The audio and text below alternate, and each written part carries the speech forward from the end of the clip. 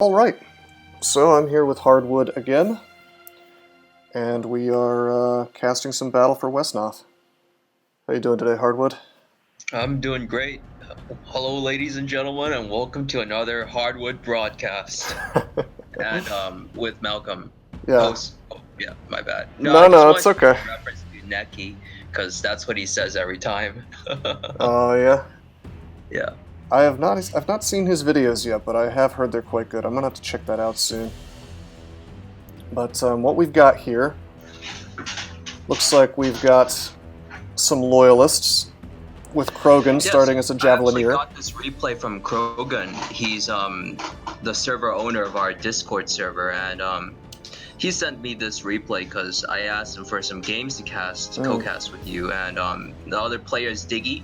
This is a very tenacious player. I played against him before, and he doesn't know when to give up. I had a game with him on freelance, and just undead against elf, and it was just pure chaos, and we didn't know who was gonna win until the very end. So this Diggy's very good at the game. So I'm quite excited. Maybe we'll get a great game. Yeah. I like to see that kind of thing. People who don't give up generally are a lot more fun to watch play games, not just Wesnoth, but anything really. And I can't help but notice that he's using the rock lobber, which I assume he randomed, but I still think that's the best guy that he could have picked. I think both of these guys randomed probably. The rock lobber's good. I remember we talked about this last little time. bit, yeah. Actually, we asked around what players thought was the best orc leader, and seems they like the troll with a club, not the one with a rock. Oh, really? Yeah. Just the he's got more muscles. That's true, and he gets the two attacks, right? Just like the rock lobber, only they're much better in melee. So I can see that. 17-2 at night. That's basically enough to one-shot a lot of ranged units. That's more than a woes during the day, isn't it? Or about the same? Yep, just one more. So, what do we think about the Javelineer? Oh, Javelineer, it's like a spearman except with ranged. It's not really impressive, actually. It's kind of bad. A little bit. Yeah. He does have pierce resistance, but against orcs, that's not really helpful because the only pierce units that they have are the goblin and the archer, and the archer can still use fire. Right. Anyway, so. Yeah, and it's interesting that it's one of those special units that's capped at level 2. Not that you really see level 3 units anyway, usually in a game, but if you noticed last time we casted a game, I'm always interested in seeing the big units just because it's so rare, so. Same, yeah. It's great to see some level 2s in the game. Alright. So I was alerted last time that apparently there's a button up here somewhere that will just reset the whole game to the first turn, so I need to be very careful. That's the reset to beginning. Yeah, that big square there, so let's just play one turn here, and let's see how they open up this game. Now they don't know what the other side is yet, right? Like, he doesn't know he's playing against orcs. No. Okay. So yeah, you just go with a general recruit. This map I think it's pretty similar to Freelance. Well, maybe some of the more, because I'm such a noob at any map that is not Freelance. But there's two sides. There's a middle village on both sides, and there's some water in the middle. Well, okay, you can say this about many maps, but sure. So I think, I asked earlier Elder of Zion about this. He is an expert player. I asked him about this map because I'm such a noob. I don't know the map, and he said it's good for Drake. That's what I thought initially. I've played on this map. I've played on this map, and I lost to Drakes. Oh wow. Okay, all right. Speak of the devil. Well, it's also good for. You can get some fish on this. That's water units. It's our slang term for it. Well, the whole center is basically water, so I could see where Merfolk or Naga. There's also some lanes down the side. Actually, it's not that immobile. That's true. Because the movement of the water units is dictated by the shape of the water on the map, and the shape of the water it's pretty decent. There's little veins running through the whole map, really. Almost none of the villages are inaccessible. Swamp too, and water units are good in swamps, so That's true, yeah. Yeah, you could even see some pillaging maybe if they got a little cheeky with one of those merfolk. Yeah, it's very laterally big, this map. So, you know, it's hard to switch. It could be hard to switch units between the two sides, and it's hard to block off on, especially on that side with two villages to the front. And also, it's just harder to block off in general because, I mean, there's that side bridge lane on the right. Ah, yes. Yeah, well, both sides have a yeah, it's longer, symmetrical. Side, yeah. So. Mostly symmetrical. So, all right. Well, let's just see what happens. Oh wait, that's a single move. Play the whole turn. All right. So we do see a fish. Okay. Yeah. We see one fish. Yep. I hear that these guys are really quite good. I don't know why it's not showing me the unit. Men. Yeah, the they're Cavs. a really good scout. It's like a scout, but it can fight. It's tanky and it does blade damage. And if it's strong, he does 9-3 in daytime. That's really big. Yes. I mean, for a scout, that's huge. Definitely. And then Let's the orc. See what orc recruited. Diggy recruited. He also gets a fish. Okay, wow. So, you know, just a lot of grunts. We know that he's how do you say? He's playing seriously this time. He wants to make a brutal rush at night with those grunts. For sure. He bought an archer. That is his utility unit of choice. So, you know, pretty interesting recruit. That archer will actually turn out pretty well against loyalists because loyalist cavalrymen are just so tanky against grunts. But very weak to pierce. Yes. So that archer will be the horsebane of this match. I like how mirrored it. I mean, really, this is almost a mirror, as much as it can be for two different factions. Although there are some slight differences. He got 2 scouts up here. The loyalist did. Although I guess cavalryman is kind of half a scout, half a combat unit. It's a fighting unit too. Yeah. Yeah, but I'm excited to see if either of them or maybe both of them make really good use of these fish. Let's keep it moving. So I think the first couple turns will be a little straightforward as they just move out, right? Nothing really special going to happen. So wow. Okay, so this is. Oh wow, Krogen, what he's doing, that's okay. So for like the StarCraft commentating term, that's a greedy play. Are you talking? Hold on, let me see if I can I guess what happened. Are you talking about his hero moving out instead of staying? Exactly. Yeah. So that'll stop him from recruiting, right? So the earliest he can recruit again is turn 4. Yeah. And turn 4, that's to ready dusk. That's right when you see orcs at your doorstep and the units are still in your keep if you recruit them. So that's a very greedy play. He wants to maximize the village grabbing. He will probably get like 2 gold or something more from that. But he could get rushed. He could, I mean, bad things can happen. Would you say that's usually worth it or no? No, this is actually a rookie mistake. Interesting. Yeah. Oh man. Well, Krogen, let's see if he can survive this this greedy play. So yeah, I'm really interested. Will he survive? I mean, he must, but how? Okay, so some chat going on between the two players, some mind games, psychological play. Smiley face, nothing. What's that supposed to mean? I like it. All right, so now hold on. Didn't he just do the same thing? Diggy's. Yeah, actually he did. Diggy did the greedy play too, because he's 2 villages off. He cannot reach. There's no way that this could be standard because there's another keep on them. There's no other keeps on the map. Sure. Yeah, this is not like the last game. The last game we cast, there were these are not keeps. These are just castles. There were keeps all over the place on the last map that we on the what was that called? Howling Ghost Badlands. Howling Ghost Badlands. Yeah. Yeah. I mean that was a very different map where this sort of mobility made sense. But here, you've just got this place to summon new guys, and that's it. Very interesting. Yeah, that's really weird. So now from what we can see, basically, all those units that you see, that's all you're gonna get for the next 2 turns. Sure. So okay, he only has 3 grunts and an archer. I'd say that's the bare minimum if you want to get anything done as orc. With 2 grunts, you basically cannot do anything. But Loyalist also has Krogen also only has the bare minimum. Right. I don't even know if he has the minimum. This looks very hard to defend. So, Yeah. yeah. Krogan's not Okay. going to do well on this first night. He doesn't. Literally all of his units, every single one, in fact, they're all lawful.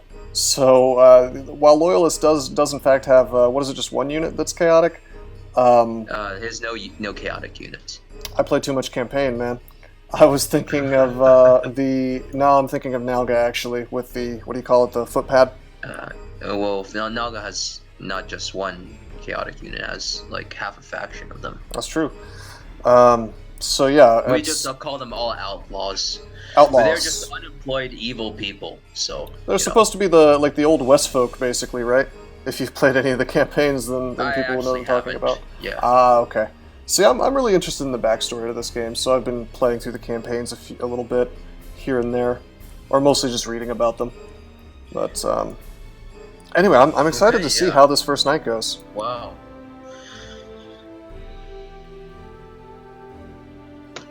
Okay, so you can see the leader just desperately going back home. Now he sees it as orc, and he may not. I think he probably scouts the. Well, I saw the cavalrymen move up and then move back. He might have scouted that Diggy had taken the greedy play as well. Sure. I'm not sure. I think he saw it because that cavalryman has such an enormous move, and your he probably saw it. Your movement you're points. Right. He was all the way up here, I think. Yeah. And your movement points determine how far you can see, so he probably spotted it. And then he's like, "Oh, I'm getting the hell out." Like, all right. Now, what's interesting to me is he didn't back off with the merman. I guess he's just going to try to hold position here, maybe. No, the merman's not in danger at all. It's just a naga. The naga's not going to solo a merman. Even at night? No, naga is neutral actually. That's true, but merman is not that fragile. I guess it is kind of a warrior unit, so to speak. 60%. That's a lot. That's it's decent.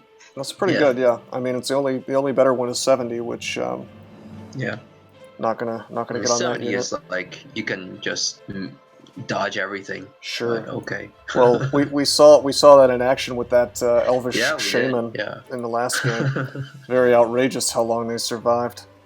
All right. Yeah, she must have felt like in Resident Evil. All right, so same play. The troll is desperately trying to get back to his castle so he can summon. Alright, so now he sees everything that's coming. He knows this is all he's getting. But okay, there's 2 grunts that can hit. Actually, this is an Anaga, but this is a pretty weak rush. This doesn't look so bad for the Loyalists to me because I mean, I think you can just put a spearman on the village and not really worry. So actually, these choices by the players will cancel out mostly. Yeah. So okay. Well, and this cavalryman is in absolutely no harm at all because he can just run backwards. You know, he's at no risk. Of course, yeah. So at this point, I think probably Krogen is very happy about this.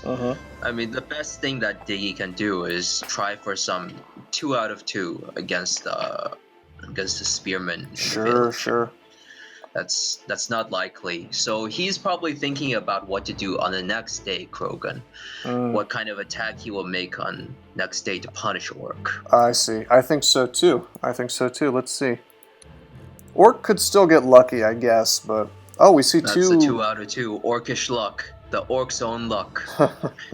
Did you see those 2 spearmen that Krogen summoned? What do you think about that?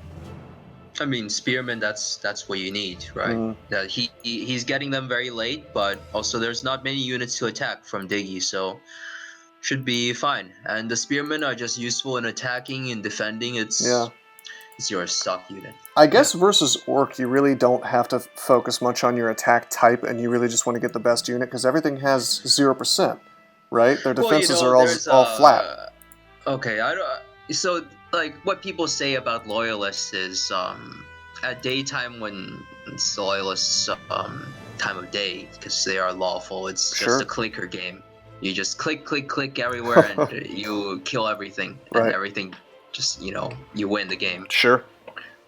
They just have so much damage. So actually, you can just like, I mean, you can even go only Spearman and not do that Corvette. But okay, yeah. Well, you wouldn't want to do that against like Undead or something, though, right? Since Pierce No, does so much less. Yeah, no. Yeah. See, I'm just sad because I don't see any mages, but I guess that you don't really use mages against orcs, do you? Well, he could get a mage on first watch and still be in time to make the daytime assault. Ah, okay, okay. Well, Yeah. that's fingers crossed. Just an aside, my favorite unit in this game, it's got to be the Silver Mage, just because he can teleport through the villages. I'd love to see that in one of these Teleportation games. is definitely very good, and the Silver Mage gets another movement point also to Does he? You know, yeah, it's like having a free teleport basically. That would make my day if I ever saw one of those in one of these replays. Let's see what the orc does. Oh man, I wonder if there's ever been a ladder game with that. Let's see what he does. Yeah. Probably not. I imagine that most people just want the damage from the red mage, right? Well, you gotta get the red mage and then level up again. So yeah. It's a level 3 unit. Or I meant to say the great mage. Is that what it's called? Archmage, I think. No, that great mage. Wait, no, I don't even know. I think probably one or the other, because there's a level 4 unit after that. Let's focus on the game. Fair enough. All right, so we see that the northerners side, we see that Diggy has actually gotten a troll, which got a troll and assassin. This is daytime orc beginner kit or the starter kit. Sure. So he needs that troll to defend the daytime because let's be realistic. Unless he gets 2 out of 2, it's very unlikely for him to actually achieve anything on this night. And this orc assassin is going to allow him, like we saw last game, it allows orc to do tons of damage even during the day because of that ridiculous poison attack. As long as he survives, it's all about keeping him alive. Sure, but his defenses are really good as well. I mean, when he moves on certain tiles... 60%, I mean, it can get hit easily, but 70%, okay, he can survive, yeah. Yeah. Well, I guess we'll just have to see what happens. I'm curious because we're about to have first blood. I don't think there will be blood, but let's see. Okay. Oh, he recruits a bowman. Wow. Wow, I thought that unit was almost never seen. Okay. So he leaves it. Krogen leaves the village. This is, the safe thing to do, and he recruits a bowman just to shoot at all those grunts that he sees. Interesting. Because bowman is not such a frail target like the mage. True. That it will die so easily. The mage can even die from one strong grunt at night. That's true. But the bowman, okay, you can shield it a bit less and he will still be fine. And he makes more significant melee retaliation too. So what he's doing is he's enticing Diggy to put a unit on that village. And if Diggy overstays, he will use the fencer to trap that unit and get a free kill. And fencers are not bad. Yeah, so because fencers, they ignore the zone of control. They can just go around units and be so annoying, stopping you from going back home. Unless you kill him, but if you kill him, then you need to commit more units. Takes time. You're leaving guys. You can, give. Yeah. Sure. It's all this very interesting positional game. I mean, it seems like the combat almost takes a backseat in Wesnoth to just getting your guys in the right spot, which is really interesting. I've played so many games where just there was no exchange, no exchange of units being killed, no units being lost, and the game was mostly decided before any units died. Sure. So this is a really positional game. Yeah. But that bowman and spearman recruit tells me is that he doesn't want to make a serious attack a day. Okay. Because what will he have to attack with? He'll have mostly just actually all spearmen and like a couple utility units. Sure. That's not really damage for killing a troll or killing a grunt on a village. You can get lucky and hit the grunt, but it's not that likely to kill him. I just don't think. Yeah, I agree with you. I think he doesn't have the damage output to make this work during the day, so it's not going to be decisive. Okay. So yeah. Did you see this chat, by the way? I noticed a mistake I did leaving that village to finish grunt with guardsmen. He must be talking about a different replay. Talking about, a previous game or another replay or something. Okay. All right. Okay, so he takes a village. Okay. and he takes the assassin on the other side. Okay, so Interesting. alright, interesting. And another troll. Another troll. And did you notice he's going for the pillage, and he hops up on the mountain for defense because he could actually get attacked. But it is interesting. Yeah, this is what we talked about earlier.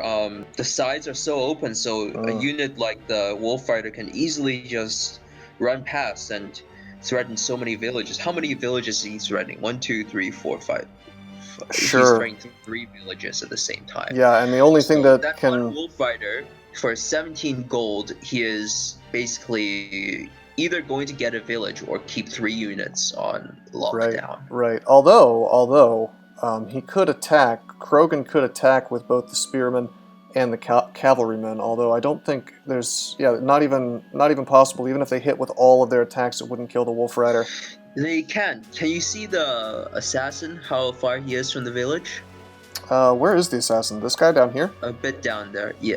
Oh, there's a grunt. So actually, the grunt is hitting the spearman. So the spearman cannot move off, or the grunt would just take his. Ah, that's true. So this guy's not going to move, probably. So actually, this is very annoying. 1, 2, 3, 4. Yeah, actually, the grunt is 2 villages at the same time. So I think he will just have to lose a village here. I think so too. Right. I mean, he doesn't have a choice. Let's find out, though. So good maneuvering by Diggy. Sure. And we see ranged attacks. Yep. Even during the night. He's just getting in position and throwing those spears to pursue the next turn. Just to whittle those grunts down a little bit. Soften them up. Although this is very fearless on Krogan's part. I mean, he's engaging at night, right? Which is kind of what you're not supposed to do. Well, Am I right? It's second watch, and he's fine to just come through some spears at second watch, because the next time of day will be already dawn. And then Orc will just start losing. Although I am interested, because if Diggy were to get lucky, he still has a second watch turn, right? So if he were to get lucky, he could probably kill at least 1 unit. You know, these grunts do such big damage. But all the grunts would, because they're on flat terrain next turn. And good point. But okay, the fencer is not preventing anyone from going back home. Right. So actually, he can just take what he gained already and just go back home with it. On the other side, I think the other side is very telling. Other side, there will already be gain made by Diggy. Right. He will be able to take a village. So on this side, he can just play it safe. I mean, that's what I would do. Sure. And just go back home and be happy. Yeah. I mean, this is such a mess over here that it seems like playing it safe on this side is probably the right move, right? Well, yeah, he's not in any... I mean, it's not like he did poorly. He already got the village for 1 time a day. What more do you want? Exactly. He didn't have any units, and he still got the village. That's a great deal. Sounds like a good play to me. All right, let's see how the actual battle goes. All right, so as we expected, the wolf takes a village. Yep.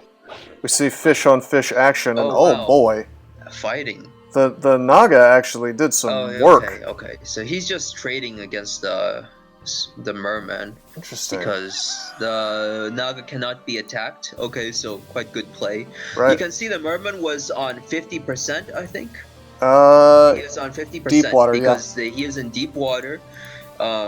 He gets reduced defense there. So, and it's also, the Naga is also strong, so that was a good trade. Sure, although the Naga was on 50% as well, it was nighttime. Naga's on 60%. Is he he? Has moved. Oh, he's on shallow. I see that. Okay, okay. You can see it right there. I knew that. I had just forgotten. He got a bit lucky with that Naga, so now this merman is... Yeah, he got really lucky. He hit with all 3 attacks, and he only got hit once. 4 attacks.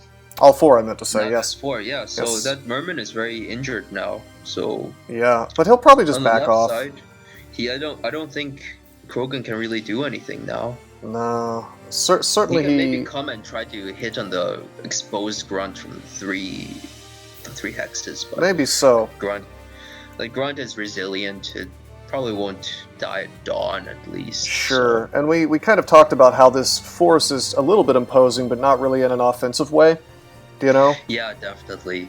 I mean, that's what the bowman is for, just defending. Right, free hits Yeah. that are hard to punish because he'll, I assume, keep the bowman in such a position that it can only be attacked by like one thing. Yeah, and then it still makes a decent retail, and day is coming, so it's like, okay, what do you want to do? So he will get back the village, but on the right side, looks quite I mean, it depends, of course, how many hits he gets with his leader, Right. because he'll probably use his leader on this wolf. Probably. But the wolf will, I mean, it's very likely for the wolf to survive, and he can't use much else to. He can't use anything, I think, Do you to think? hit the. Do you think he'll go Yeah. ranged with the leader? Probably. Probably. Okay. I'm always curious, just because this Javelineer, technically, he can do more damage with the melee. Technically. Yeah, but you don't want to get dirty. Exactly. Yeah. All right.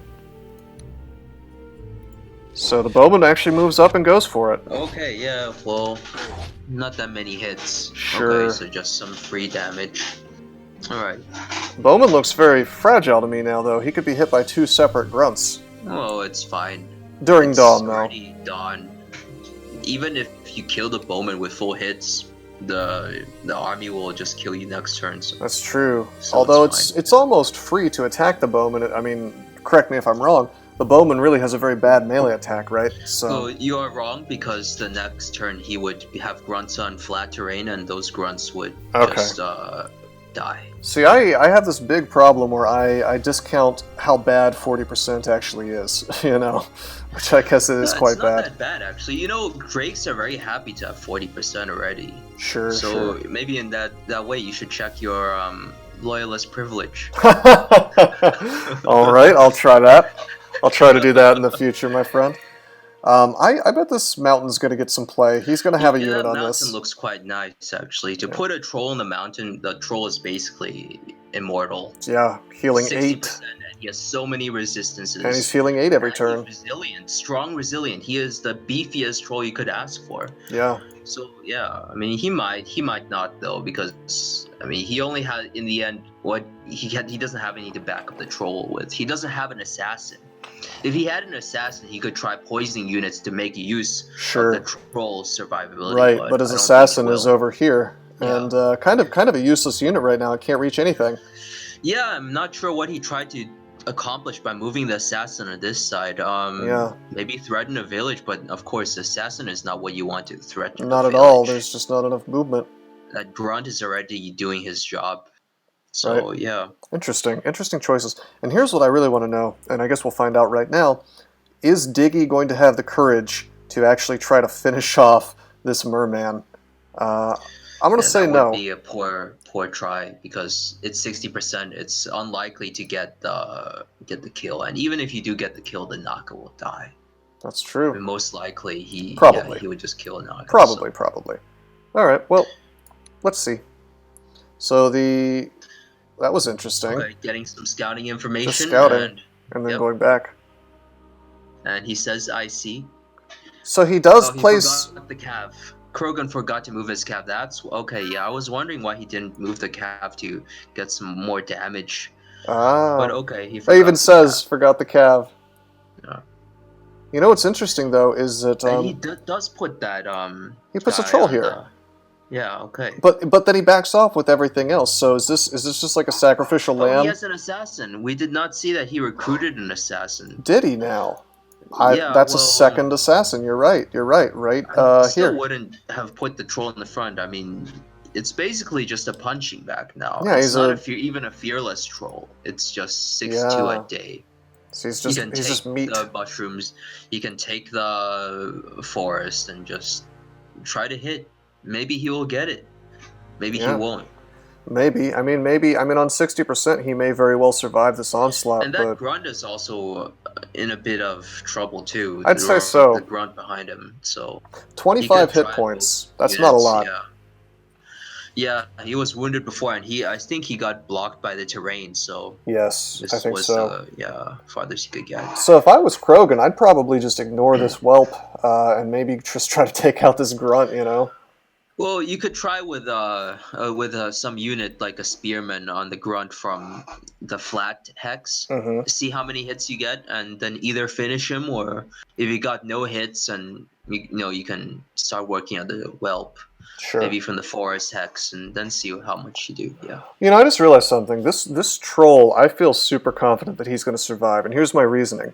I had forgotten, trolls actually have plus 20% against Pierce and Blade. Those are the only two kinds of damage he can even do. So he's got 60% defense, so a lot's going to miss, and he's going to be taking less damage. I mean, this is a very, very You're tanky right. unit. But also Loyalists just do so much damage a day that even a troll True. on a mountain, with some luck, and as it's exposed, it can be hit from 4 hexes, and Sure. it doesn't do much, doesn't cost much to actually try hitting the whelp. So actually, it could die. If not this turn, then next turn maybe. Interesting. Well, I guess we're going to find out. So the cavalryman moves up. Okay, yeah, trying with the bowman first. Going one hit straight only. for the grunt like I thought. Okay. A lot of misses. Ooh, that was ugly. Oof. Okay, well, Very a little interesting. bit bad luck for Krogen on the attacking, but his units probably I don't think they will die really. So talk about big damage. My God, that assassin just got murked. Ouch. Yeah, that assassin. Wow. On the left side we saw 60% dodge so many hits, but the right side 70% just got hit like it was, I don't know, 40%. Yeah, actually, you know what? Since you're bringing up numbers, I remember I believe it was Krogen asked me to every so often just press the S button. I'd like to see, look how it looked like it was brutal. And as you see, Diggy has inflicted 50% more damage than he otherwise should have. It's interesting. Yeah, okay, but Taken was even, so I guess the bad luck on the left has balanced out the good luck on the right, except for the inflicted. Right. The inflicted is just retaliation damage. It was that grunt not getting hit, but then swinging and hitting so many times. And the troll did some good retail too. But it's true. Yeah. I mean, if we look at the left war, I mean, sure, on the right, Krogen just took out an assassin, but that was basically expected. Assassins are very fragile. Over here, though, his army is, like, beat to hell. Look at this. The spearman's damaged, this one's damaged, this one's damaged. This isn't looking so good for this daytime assault, is it? Well, he can go home when he wants. I think it's fine. The real danger is the assassin, because the assassin will poison a unit. That unit will take 2 turns to go home and take damage all the time. And then he has to heal it. That's true. If a unit gets poisoned, you would probably just want to suicide that unit. Right. I mean, what do you think he's going to target? Probably the most exposed, the front spearman, just because it would be easiest to shield the assassin from that point. Interesting. Yeah, I think so too. All right, let's find out. But on the right side, actually, I think he leaves a village for the grunt. So that grunt will steal it. Okay, he puts the assassin on. Wow. That works too. That's a very forward assassin, though. Like, isn't this assassin just going to die now? Like, he'll suicide, right? Very exposed, that's true. And he's poisoned a unit that's almost dying. Well, now, hold on. The assassin's on 70% terrain, though. It is 70%, but it can be hit from 3 sides. Yeah. So there is a significant chance that he would be able to kill the assassin. But okay, if he were to shield the assassin from another spot, that assassin, the units around the assassin would be vulnerable. And it is still afternoon, so he prefers to just make this play. The whelp cannot be extracted, so sure, he would just have to stay there and just hope that he doesn't get hit. Yes, indeed. Very interesting. On the right side, he takes that village, I think. You can see it. There it is. As expected. So, okay, that assassin, he died, but the grunt is allowed to go free, and it's very hard to get this grunt out now. 41 hit points. Have many units, yeah. And there's also the wolf at the same time. So even if you kill the grunt, the wolf will go basically unchecked. So this is worrying. This is worrying for Krogen, because Krogen can go back, and that's what he has to do if he wants to make more units, and then he exposes this village. And sure, the cavalrymen could go and take it, but then this one's exposed down here. right? Not to mention, if he did go back and recruit a unit, like a mage or something, that unit would get there at nightfall. Sure, not good timing. Very Yeah. interesting. So, who would you say right now is doing better? I would actually say that move by Krogen to try for the assassin, that was a mistake because it was not that likely to kill the assassin. But okay, so it produces a double-edged game in this scenario because you can see the loyalist unit are also unchecked, so maybe he will get some villages of his own. But Sure. the thing is that it would be easier for Orc come dusk and come first watch to drive out those invading units on the right. So those gains that if he chooses to go for those gains, they will be rather short-lived, I think. I see. Yeah, I am very interested to the see. The Orcs gains, those are going to last. Yes. Those grunts are there to stay for the night, and Oh yeah. When a grunt says he is there to stay for a night, you know what is going to happen. Yes, indeed. Orct.com. Yeah, so, okay. Interesting to see what will happen next. All right. Very good. Let's find out. And I really am more interested in these 3 units than probably anything else in the game right now. Yeah, I wonder if he will go forward or go backward with them. Oh! Okay. Okay. Wow. Well, that. So what you see is the effect of the Wolf Riders 50% only on Village. Not a defensive unit, only a scout. It's not, but I feel that it could have been a bit luckier. Sure. And the troll goes down. Troll Whelp is just being a punching bag and he dies. Okay. That assassin is maybe no, he lives. Okay. He lives. Even he actually dodged almost maybe all of the fencer's attacks. I didn't quite see. It's very interesting. He dodged all the fencer's attacks. Yeah, and I think the fencer would have was playing like one of those old RPG games where you have 3 hearts and he lived with 1 heart. Yes. Yes, he did.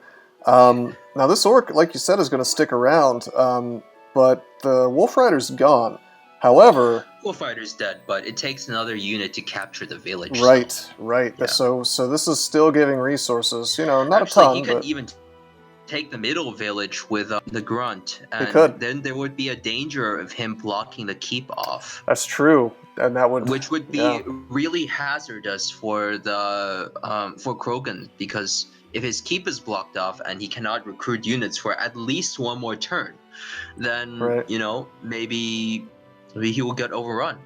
Well, wouldn't he just take his Javelineer and pop him right here, maybe on this square right here? Or I guess I should say hex. Would that stop the orc via zone of control? If you put a grunt to that village, the Javelineer cannot reach to. He can go there, but the grunt can then threatens to make it to the keep. And if the grunt is standing on your keep, then sure. No, I understand, but I'm saying if you took the Javelineer, I guess he couldn't reach this spot because the grunt's own zone of control would block. He would only be able to reach the spot in front of it, directly under the mushrooms. Yes. If Grunt is standing there. Because the zone of control would stop him. He doesn't have enough movement to take this kind of path like I would want him to.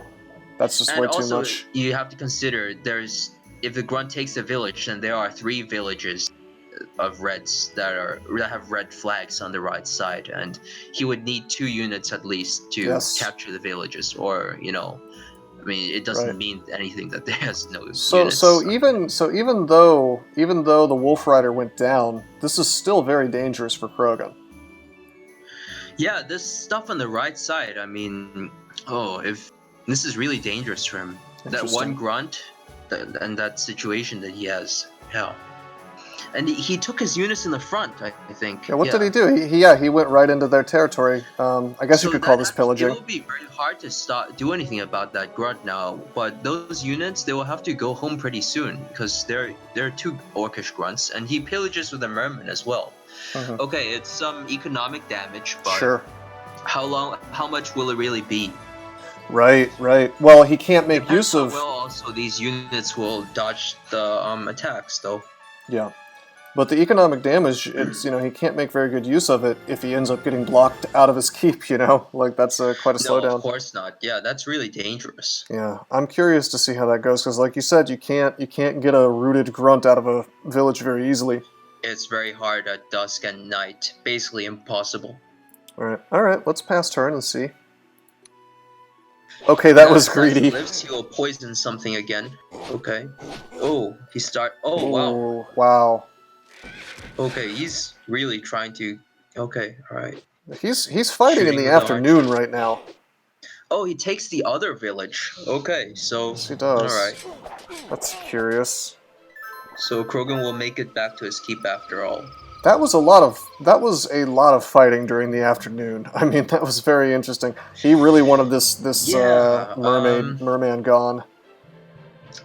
I guess he felt more okay to do it because he had the 50% to work with on one of his grunts. But he did get a bit lucky, I feel, to clear that merman out of the village. Maybe And so. had he not been so lucky, I mean, had the merman lived, he would just have low hit point grunts, and it would be hard to use those grunts even at night to clear out villages. Sure. And you can see the grunts are still pretty low HP. They both got wrecked. Half hit points almost. Yeah, so maybe he will heal one of them and then try to do something at night. Right. And just because this is my consummate obsession, I have to look at the experience values. Is there anything even remotely close to leveling up? I guess not. This Poison Spearman, weirdly enough, is the highest XP thing on the board, but he's not going to last much longer. So... Well, he can go back to the village, but yeah, he might not live. Who knows? That cavalryman is trapped for sure in front of him, though. So if there's anyone who's not going home, it's him and his horse. Well, if we killed this assassin, the cavalryman could then escape if he wanted to. Oh yeah, if you kill the assassin, right? But what are you going to kill with another unit who will stay for dinner? Maybe the spearman. Whose dinner will it be? Will it be his dinner or the orc's dinner? That's a fair point. Yeah, I guess we only get 60% of the mountain, not 70, so... Yeah. He'd be suiciding even if he... gets sick. I mean, you saw what happened with 60% on the troll will. Yes. This is a cursed mountain. If you go to this mountain, you're going to die. Okay, so he's poisoning units, just the orcish... getting some free damage at dusk and then making damage, threatening to hit at night. Sure, very interesting. This might be a big turn coming up for the next orc turn. Could be really big. Curious to see. But first, we have to see what these loyalists do. He does go for the assassin, and he succeeds. Okay, he uses 2 units. Yeah. All right. That duelist or whatever, fencer, excuse me, fencer is in some deep trouble now, I would say. So what he's hoping for is that these units will be able to block for long enough that he will have some time to organize his defense in behind. And that orcish grunt can actually take the keep. So he still left that open. Yeah. Oh, he can he actually reach from there? Yes, he can. I didn't think he could. Okay, if he takes that keep right now, then Krogen will not be able to reinforce any units at all. Yeah, and what's funny about that is, like, I was just thinking Krogen badly needs another wave, you know? Definitely. I mean, you have all those injured guys, those poisoned guys, and almost no fresh units. The bowman is full of hit points, but who cares? It's a bowman. You don't want to put them on the village. Right. Like his army is depleted, so to speak. He's got to get more guys. Yeah. Oh, wow. Very interesting. Let's see how brutal this is. See another archer. I didn't notice him summon that before. And we see your friend, the Gobbo. Okay, that goblin is for the cavalryman at nighttime. Yeah. He will be able to poke the cav. And getting some hits with a troll and... okay. 2 out of 2. Wow. 2 out of 2. 2 units down. Let's see the statistics on that. Pretty much expected value. Actually took more than inflicted. Oh wait, no, this is Krogen. So that was 30% for Diggy. Very lucky turn to clear out that spearman. Sure. Earlier than he expected. But he doesn't take the keep. He doesn't block Krogen's keep. Why do you suppose? To go home. Why would he do that? You know, I really wonder. Maybe he was scared, but come on, orc being scared at night, that's That's science fiction. To me, it seems like a silly play not to. Like, I'm more of a neophyte at this game, but I would think that even Oh no, sacrificing you're the grunt. definitely right. I mean, that's just I don't know, man. Like he knows that Krogen has all this money that he desperately needs new units. It's his time of day. All the strategic Sure. indicators are there. Why doesn't he do it? So this grunt on the right side, we can only say he's a chicken. He's not a grunt. He could just be napping on the job. Maybe he's just lazy. That would be Yeah, orcish. maybe he forgot the grunt, just like Krogen forgot the calf. Who These knows? things happen, yeah. I mean, he may have just been under pressure and just forgot, which is why you really need to use that in key, to hit the next unit and not forget So for anything. all the newbies out there, this is a pro tip from from Malcolm. That N key it lets you see your next unit that can possibly move. Yep. So it's very useful at the end of a turn. Yeah. Just to see if you have forgotten any unit, just press N, and it will show you the next unit. Yep. And if you don't have any units, then you did good. Yes. Okay. And I believe you can also, even when a unit has more to move, if you want to turn him off of that rotation so that N doesn't take you to him, I think you can press spacebar, and that'll. Really, I actually didn't know that. Yeah. And Wow. and that'll if your dude's in a position, he may have more spots that he could move, but of course you're not going to use up all your movement points on every single unit every turn.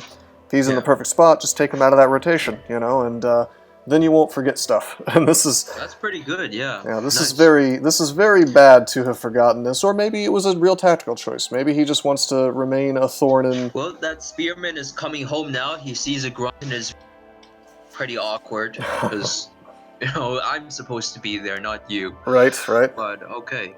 All right. At least the grunt is not in the keep. That's true. Well, let's see what happens. I'm curious to see what Krogan's going to recruit, because he's going to recruit a lot. Oh yeah, it's just going to be Christmas time for him, Mage. And spear. Okay. Oh, that's curious, actually. Couldn't that mage just get completely wrecked by the grunt? Well, as you can see, he retreated. So the idea is to have a mage and just wait for day to come, and then clear out the villages with that mage. Sure. Of course, he won't be making any real serious attack because he has been pushed back so far, and he has no fencer to trap the units, and his own unit healing. It is interesting though, because this probably isn't going to happen.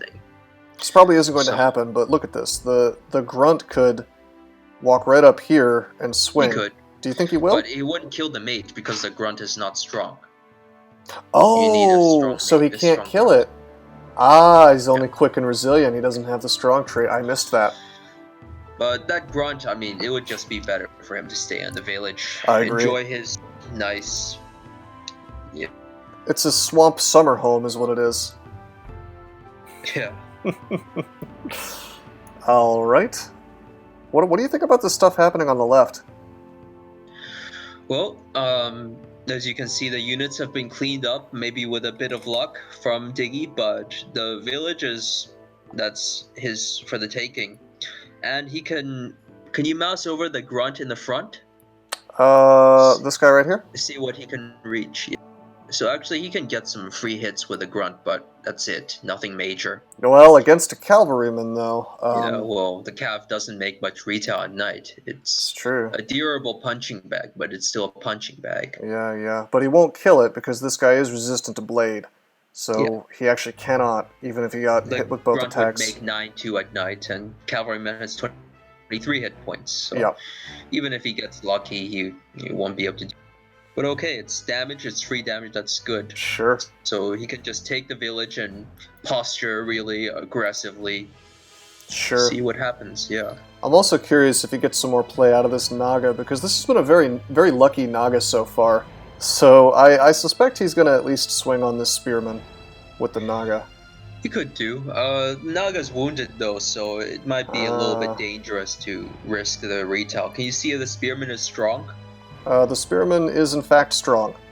Okay, yeah, so that Spearman would make a more significant retail than Naga, and it might not be that good. Fair point. Because you wouldn't be able to kill the spear, but the Naga may be in danger of dying the next turn. Depending on RNG.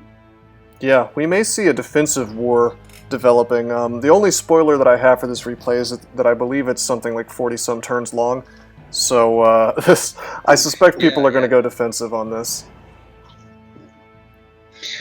I mean, Krogen is leaving the village. That's defensive play. So. Sure. Okay, putting his wounded grunt on the. Oh, he takes the wounded grunt back. Okay. Yeah, he does. Takes the other grunt there. The Naga doesn't extend very far and just goes to take the terrain. He does, yeah. Look at this Naga. Why did the Naga move into this deep water here? That's curious. Just defensive move, I guess? Probably just to keep threatening the village, I think. Well, see, what's interesting to me is you get 2 hit points back each turn if you don't move or get attacked. So I wonder why he didn't just, like, keep his Naga where it was. He only moved 1 tile, right? Can you check for me again how many movement costs the Naga has on shrooms? The game doesn't... The shroom tile in front Hold of on it? a second. I need to go to each team. Yeah, for some reason, if I click full map, check it out. It won't actually let me mouse over unless you can see the unit, which you can't. That's... I should probably report that as a bug to the devs of Wesnoth, because that seems like I'm left-clicking, I'm right-clicking. Well, I don't think he really needs to...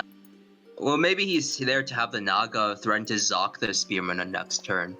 Because Maybe. he has the Troll also, so that could be one thing. I don't think it's a big deal. Next turn, the Naga will switch with his other Naga friend. Fair enough, fair enough. Oh yeah, he did recruit a second one. So, yeah. Fascinating. Very interesting, very Actually, interesting. that Orcish Archer, you were asking earlier, Malcolm, about what units will level. And that Orcish Archer has 1 kill to level. He's intelligent. He's intelligent, so that means that he has much less experience to level. I'm very excited to see an Orcish crossbowman. Those guys seem very strong to me. And well, if it happens, it will probably be next night. So yeah, yeah. He just needs to get a kill, which is worth 8 experience if it's a level 1 unit, right? So that's enough. Wow, that is such a fast leveling unit for what it is. Only 17 experience required. You know? Yeah, I mean, the trade-off though is that the Orcish crossbowman is maybe not as good at level 2 as say a troll. Well, that's why we just got to get him to be a slurbo. You know, got to get that level 3. Yeah, well, maybe we might see it happen. Who knows? Elderose is here. Welcome to the stream, man. And he says that is actually a new bug in 1.14. You can mouse over a unit only when it is the turn of the player. What a shame. But we can get to it here in a second. All right. Are you ready to pass turn? Yeah. Cool. So the mage moves out. This mage is fearless, although he should be, since he's effectively protected by Zox. Yeah. So, look at all those heals. So that mage is... It might... I don't think he'll be really producing anything during the daytime, except for clearing his own villages. Right.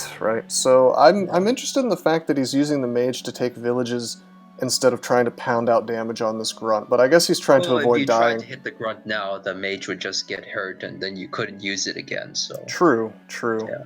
Interesting. Yeah, that is interesting. Although we did determine he can't die due to the fact that this grunt is not strong. Yeah, but you can die. You can be wounded enough to, to make the unit worthless for a while. Yeah.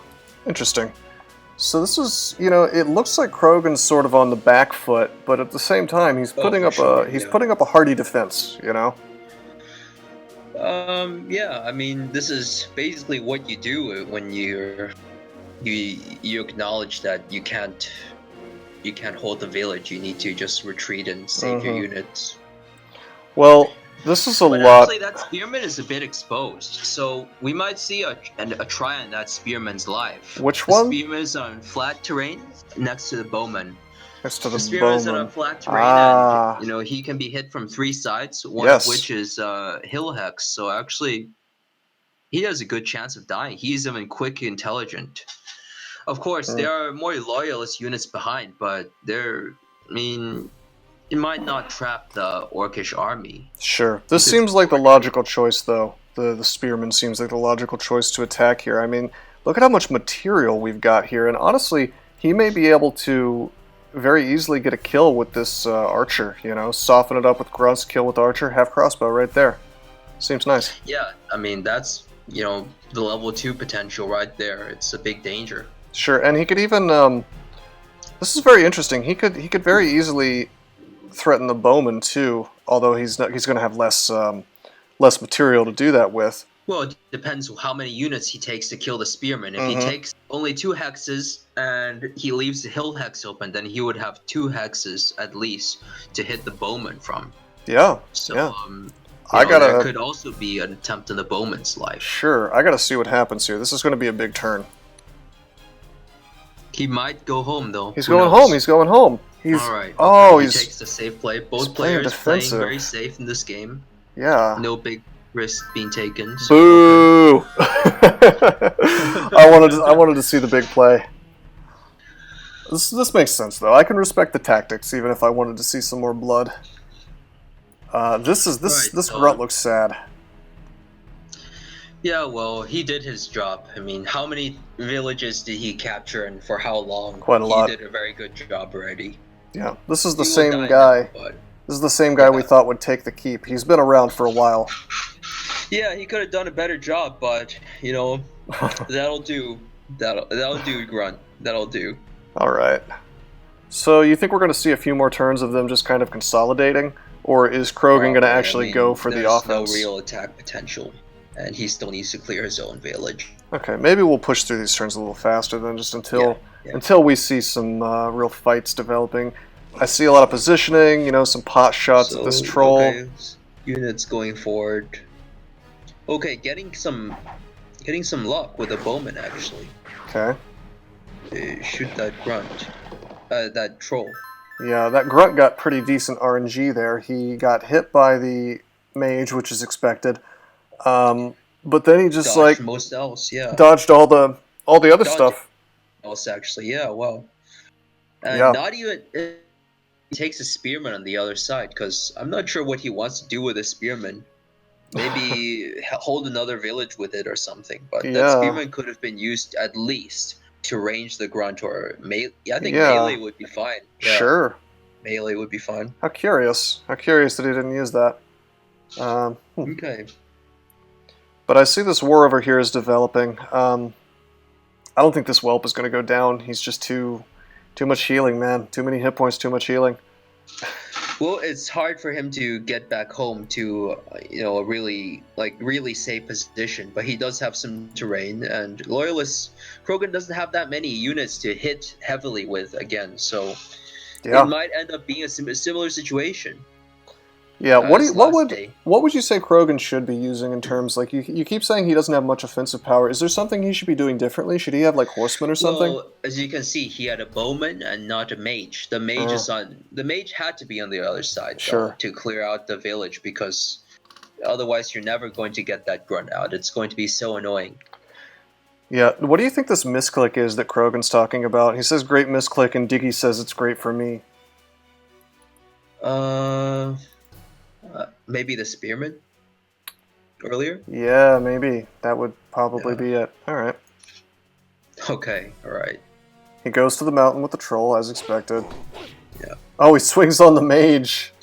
So the eventuality we didn't want. 2 on that mage. That mage is very wounded now. Yeah. She is in danger of dying from anything.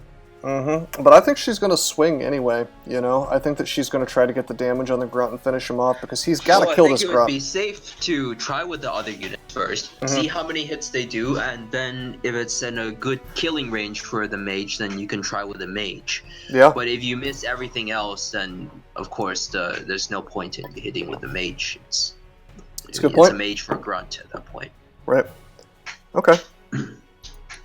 The grunt will probably die. No, he goes for it first. 9, 18, 27 damage. Okay, 3 out of 3 with the mage. Nice. Tries to level the spearman. He doesn't level. Yeah. However, the leader finishes the leader's been finishing a lot of things, which is unfortunate because the leader is a level 2 unit that will not go to level 3. Yeah, well, I mean, it's what it is. Seems like kind of a waste of... grunt. That's true. Not that bad, yeah. Okay, these troll whelps are just getting a beating over here. Only one of them survived, but he survived. Okay. Yeah, and he's on the mountaintop. Are there any assassins? Did he recruit any assassins? No. No, I don't see any No assassins assassin on at the all. board at all. Okay, all He right. just got he has a bunch of grunts here, Wow, a which bunch of grunts on the other side. So, can you really go wrong getting grunts? uh, in daytime, Yeah, kind of can. fair I point, fair mean, when point. you need to defend, you need to poison units. You do, you do. Grunt's not the best in daytime, so. Maybe he feels like he just doesn't have enough beef, although I see plenty of beef over here. Like, I'm seeing a lot of Well, the grunts. fact that he recruited those units on the right side suggests that he wants to make a rush on the right, or I mean, an attack on the right side, where there are not many blue units. So Yeah. that may happen. That's But on the left interesting, side, it but may be hard for him to defend anything that's now what I'm because thinking. no trolls. Well, there's one troll. Troll. He is dying. Yeah. And there's no assassins to threaten the units, so they can just make free shots in the day. Yeah. And, you know, he's right at his own doorstep. The leader is not even going to do anything. I wonder if we're ever going to see this archer level up, or if he's just going to get slaughtered by this this incoming human army. Oof. I guess we'll see, right? So he moves in with the Naga. Oh, he's going for this. He wants that bowman dead, but it's not going well. Oh, he gets it. Just barely. He doesn't swing with the grunt. Last moment with that grunt, but look at all these orcish units in the front now. That's yeah. I mean, those spearmen are angry that their bowman friend died, that their broman friend Broman. died. Yeah, I like so it. you can imagine their fury when hitting these grunts on the flat terrain. Absolutely. This is really dangerous now. There's not even assassins. Yep. So, yeah, this is going to be right rough. in front of that castle. I mean, everything's there. He can just level that wounded spearman even if he gets a kill. He needs 10 points, right? A kill and 2 XP, but he will get the 2 XP quite easily. Probably, that's true, just by being involved in combats, yeah. In fact, at some point, like let's say next turn, let's say the spearman takes no damage and gets a kill. At that point, the orc is wary of even attacking the spearman because he's giving him 1 XP every time. That's right. With 1 XP away from leveling, we call that unit an immortal. Haha. Because the unit is basically immortal in most tactical situations. Right. So, yeah. You'd have to do amazing damage to it, which may not even be possible. Or use level 0s, but yeah. Ah, yeah, that's true. And then it just kills the level 0 and gets the level anyway. Haha. But that's what you get with goblins. Huh! Yeah, goblins, they do seem like a fun unit, but they're a bit fragile. Where is the goblin? He should be on the right side. There he is. He's right on the right behind that grunt, hiding behind his friend. Yeah, that's where he belongs. But I'm excited to see if he does any work on this horseman. I feel like he's going to carve up. No. He's going to carve up some horse flesh tomorrow night. Maybe. Maybe. Yeah. Maybe. This Naga, though, I do find it interesting that the Naga started off on the left side, and he's sort of being used as this very mobile unit, you know, through the veins of the water here. You know, he's threatening everything. This Naga is very, very, very mobile on this map, so that's really cool. Well, this is the second Naga, right? But yeah, we're seeing right now how the waterways in the map can be good for fish because they're allowing the fish to transition quite easily through the middle to either side. I had him confused with the first Naga. I didn't realize there was a second Naga so far ahead already, right in the middle of the thick of battle. But yeah, it is very interesting. It's very interesting, and we also see a new merman over here, so we'll see how that develops.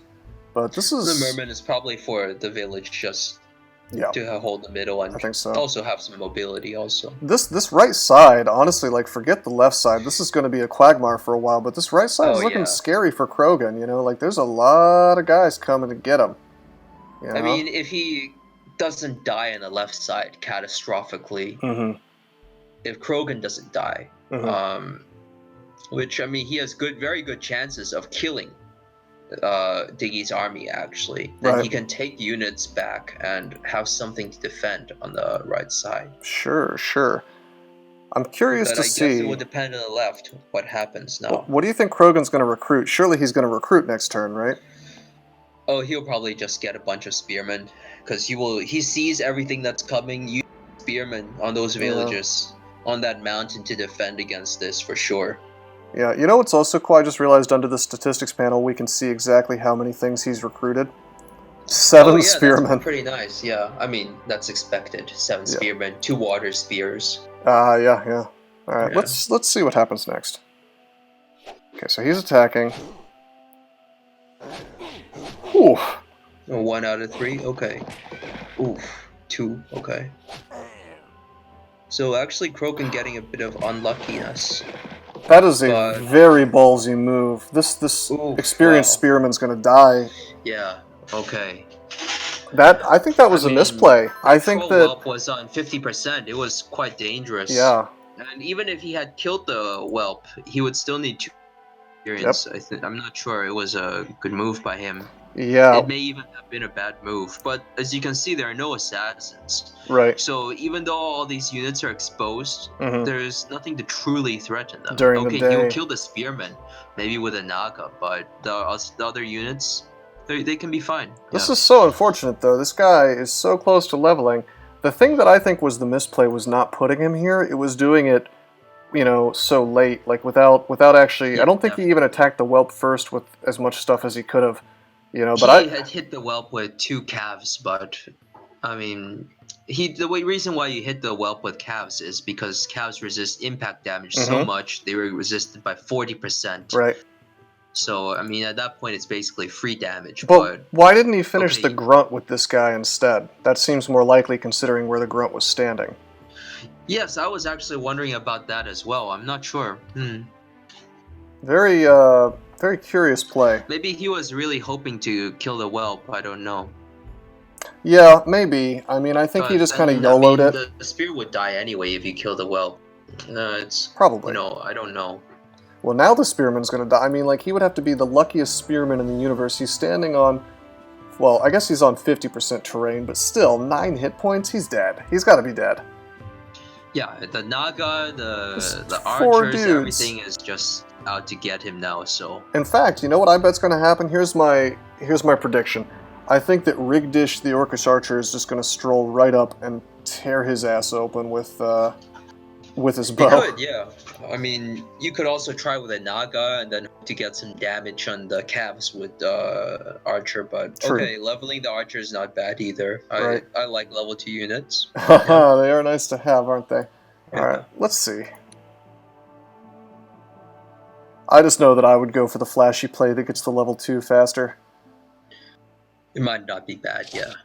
I think it may be better. He does what you said would happen. Swings with the... Okay. Yeah. Oh, see, that's... You know what? Your suggestion was smarter because that piercing damage is so brutal. Like, just absolutely disgusting. Well, he got lucky.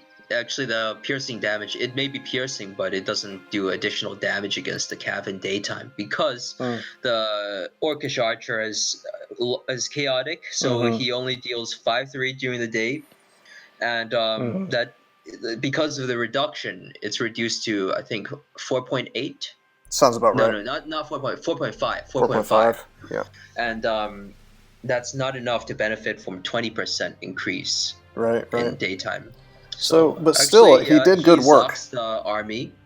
Now it's quite dangerous for loyalists because one cav is trapped. The archer may level anyway, and the leader is coming out to help as well. So if he tries to fight, then the leader will be able to join, and the leader will make some big damage on one unit. Yes, he will. This looks like a slaughter waiting to happen. Like I don't know what Krogen does at this point. I think he has to leave the cavalrymen behind, right? It might be for the best to just leave that cav, but okay, he leaves the cav, and then the Orcish archer level is still not good for him. And even then, he has more grunts at his doorstep, and on both sides. So yes, I mean, looking quite dangerous for Krogen, committing and getting unlucky. Yeah, that's true. Although this right side is looking, this right side's looking dangerous for Krogen too, actually. Yeah, actually, can you see the statistics tab? I'm interested to see what the stats were for the last turn. Whether we should cry for Krogen. Okay, we should cry a little bit. 20%. He took 20% more. Krogen got really unlucky now. Poor guy. So minus 20%. Previously, it was like 18% or something. So you can imagine his frustration at this point. Yeah, it is, and it's like the places where he got unlucky, he got particularly unlucky, you know. Yeah. But then again, I think he did a pretty decent number of misplays so far as well. You know, just in what he's chosen to kill, like that grunt that he could have killed with the spearman. You know, he sacrificed a very That's experienced true. unit. Yes. Yeah. And Yeah. imagine if he had. Well, let's see. If he had leveled up, I just have a theory craft, and then we'll pass turn. If he, let's say, he had managed to level up that spearman, what unit? Somehow. What unit do you think he would have picked? Probably Javelineer at this point. Javelineer. Because at this point, okay, what you want to do is just if you have the level 2, he will die anyway. Sure. What you want to do is just have a unit that will make retail as much as he dies. So he dies hard. He dies without not just doing no damage at all. Right. And he injures the units long and just saves the other units because he can. So you want him to have a that ranged retail. attack, basically. But if he had leveled that spearman in another situation where maybe he had kept it safe and not surrounded, he had killed more units and was not in danger, he would probably get the swordsman. Really? Because that swordsman has 20% resist against blade, against impact, and he deals 4 strikes of blade damage. Right. It's so good against assassins and really anything that orc can feel to throw at you. Yeah. Swordsmen are so good. See, I was It's thinking, really I was amazing. wondering about the pikeman just for the first strike, but I guess swordsman's a more damage, more defense overall. Well, pikeman is, it doesn't have blade resist. That's really right. what you want. That's the huge thing. Yeah. Gotcha. All right. Let's see just how ugly this is going to get. Krogen meets him on the right side. He buys a cav. Actually, he knows he's going to lose a cav probably, and he engages. He goes for the engage. Okay, wow, very ballsy play. Well, he's got another spearman about to level. All right. He got some luck. Oh. These units are in front, but they might not die depending on the rolls of Diggy. It's flat terrain, but they're all full hit points. All of his damage stuff is getting away. Actually, yeah. The arch will probably level, but also Diggy doesn't have that many units, and I don't think he can Zoc the spears. Yeah, he cannot Zoc the spears. He can get damage on them, but he cannot Zoc them. Can't Zoc them. If he tries to get some damage, then it will. The spear may make a significant retail, and then you have that experienced guy in the back ready to pick up on some kill. One of the biggest things is that his rock lobber, Diggy's rock lobber, is useless now. Like, he cannot go up and do some damage because the fight is moved. It's out of range now. So okay. Yeah.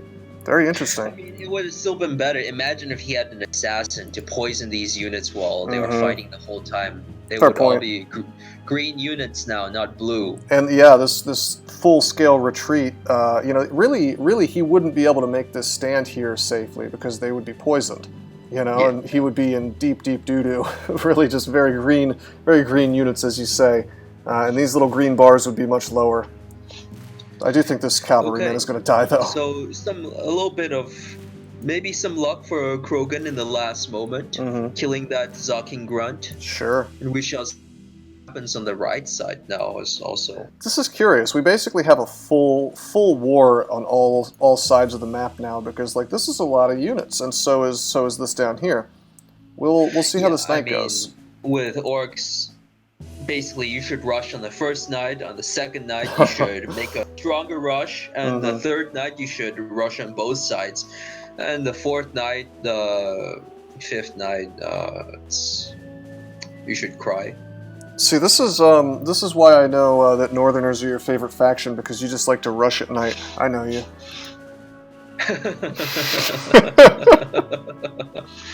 That gobbo you can see is pointed at the cav, so he may be able to make a name for him in this world. Yeah, maybe he'll get his 8 experience points maybe, and then proceed to die right afterwards. But maybe not. His I wish he was a little better on flat terrain. Maybe 50. No. That'd be too good. 50% gobbos? Are you joking? I have a soft spot for the little gobbo. Okay. I like goblins too. All right. Let's see what happens. Goes forward as expected. He goes. Oh! There's the level. That's that level 2. Okay, and he doesn't try to fight. He just takes the cav.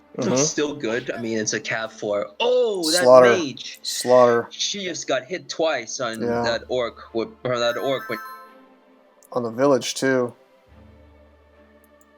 Very interesting. You're cutting out, buddy. That was brutal. She just got hit twice by the grunt when she was trying to heal up. That's no quarter given. I mean, that's... Wow. Well, that grunt's like a hero grunt now. Ganak, the orcish grunt, I mean, really. that just reminds me of Tiananmen Square Massacre, you know, students. Yeah, that orc is in a tank, basically. Oh, gosh. Man, you know that now Google's... This cab is getting bit, you know, threatened. He didn't get hit yet, but that goblin is now really out to get him. If he was not out to get him before, he is now really out to get him. You just officially got my YouTube channel demonetized because you know that Google's doing all those shady deals with China these days. You know, no way. You mentioned the wrong thing, buddy. Man, but this is so ugly down here. Like this rush, that mage, man, very unexpected, right? Oh yeah. Well, I mean, okay, what do you do with that grunt anyway? He is fair. It's a free hit on that mage, but that mage should probably have not died. Probably not. And you know, but okay, now he has no mage. Yeah. All right. Do you think this is an all-male army against orcs, so it's just going to be trouble at night, you know, because you don't have... If you leave those villages, retake them during the day, what is he going to get? Is he going to get a horseman and hope to get lucky? Is he going to buy another mage? But he's going to lose some units if he tries to hold these villages. And if you buy another mage, you will not have enough to replenish those brave soldiers who died at night. Do you suppose this Javelineer is at any kind of risk? He could get attacked by 2 different grunts, I guess. He will go home. He'll go home. He needs to recruit. He does. You think he's going to replace the mage? I bet not. I don't know. This thing on the right looks really dicey now. It does. Maybe just get more spearmen and hope to defend forever. Maybe a bowman. Yeah, maybe. Let's find out. No, wow, he's... Oh, wow, okay. That is ballsy. So, yeah, Krogen is probably really frustrated now, and that's why he did this, because, I mean, he just got so unlucky the whole game. He really feels that luck should come back to his side, and now, okay, he kills that grunt with some luck from his leader and the calves, okay. But imagine he would not have killed the grunt, and then that leader would be stuck. He'd be owned. The game would be over. It might be over, yeah, at that point, because then how long can he recruit? He will recruit at dawn, and the units will maybe reach the villages in like somewhere in the middle of the day. This is still questionable, because think about it, 2 turns to get back to his house, you know? Yeah, definitely. I mean, it might not. It might even take longer. Maybe depending on whether he gets blocked or not. Sure, he could get zocked by some of these dudes, perhaps. Very interesting.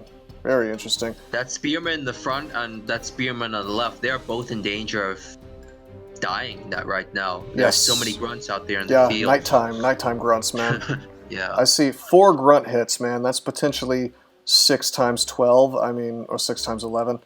And actually that goblin, I want to say right now, is very useful because you can see the resilient spear in the village on the right. I think if you mouse over him, he is resilient, right? Nope, strong and intelligent. Oh, no, strong intelligent. Okay, I'm wrong this time. But okay, he has 37 hit points. Yeah. So he will live 3 hits from grunts. Yeah. However, Gobbo that goblin finishes. is there to clean up any hit points that remain on him. So it's very useful because the goblin has 3 hits. He has less chance to miss everything. And okay, if you get the kill with a Gobbo, then that's very nice because you have significant progress towards the level up.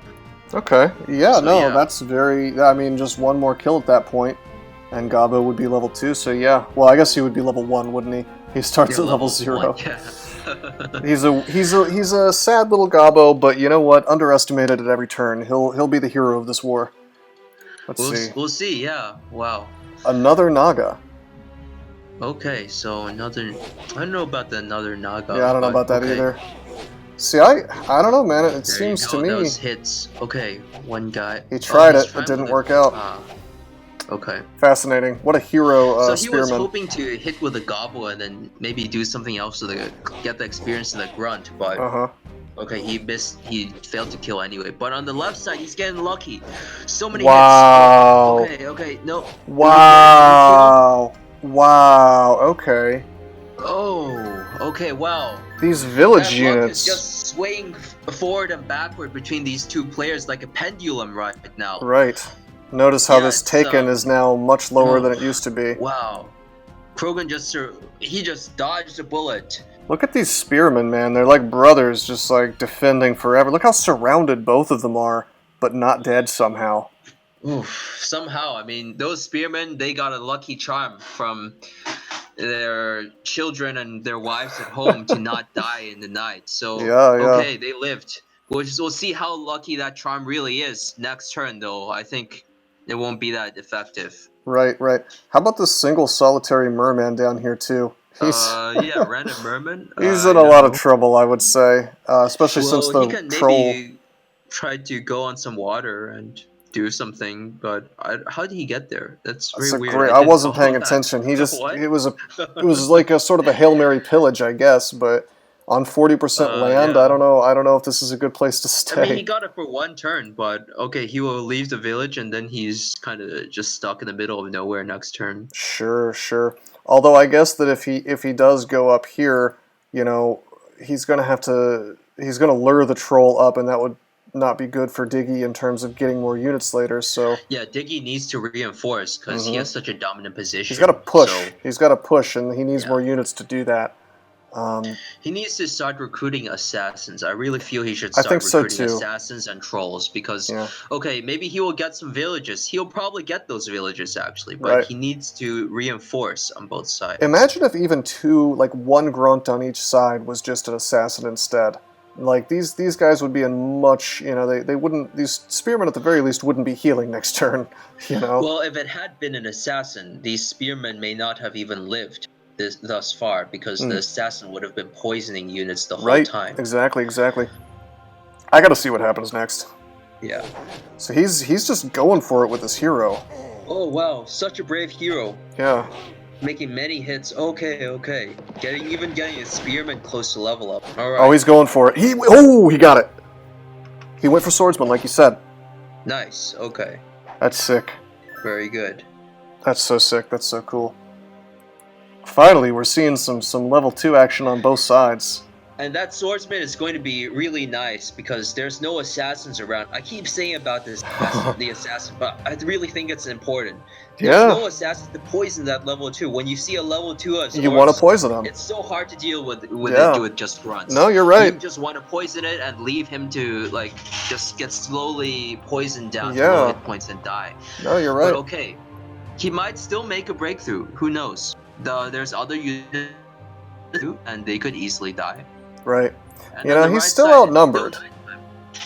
He may be trapped, but he can still get the village and hope for just to get some dodges on the village. Who knows? Yeah. Well, I mean, he's threatening this spearman leveling up too, though. All he's got to do is get one more kill.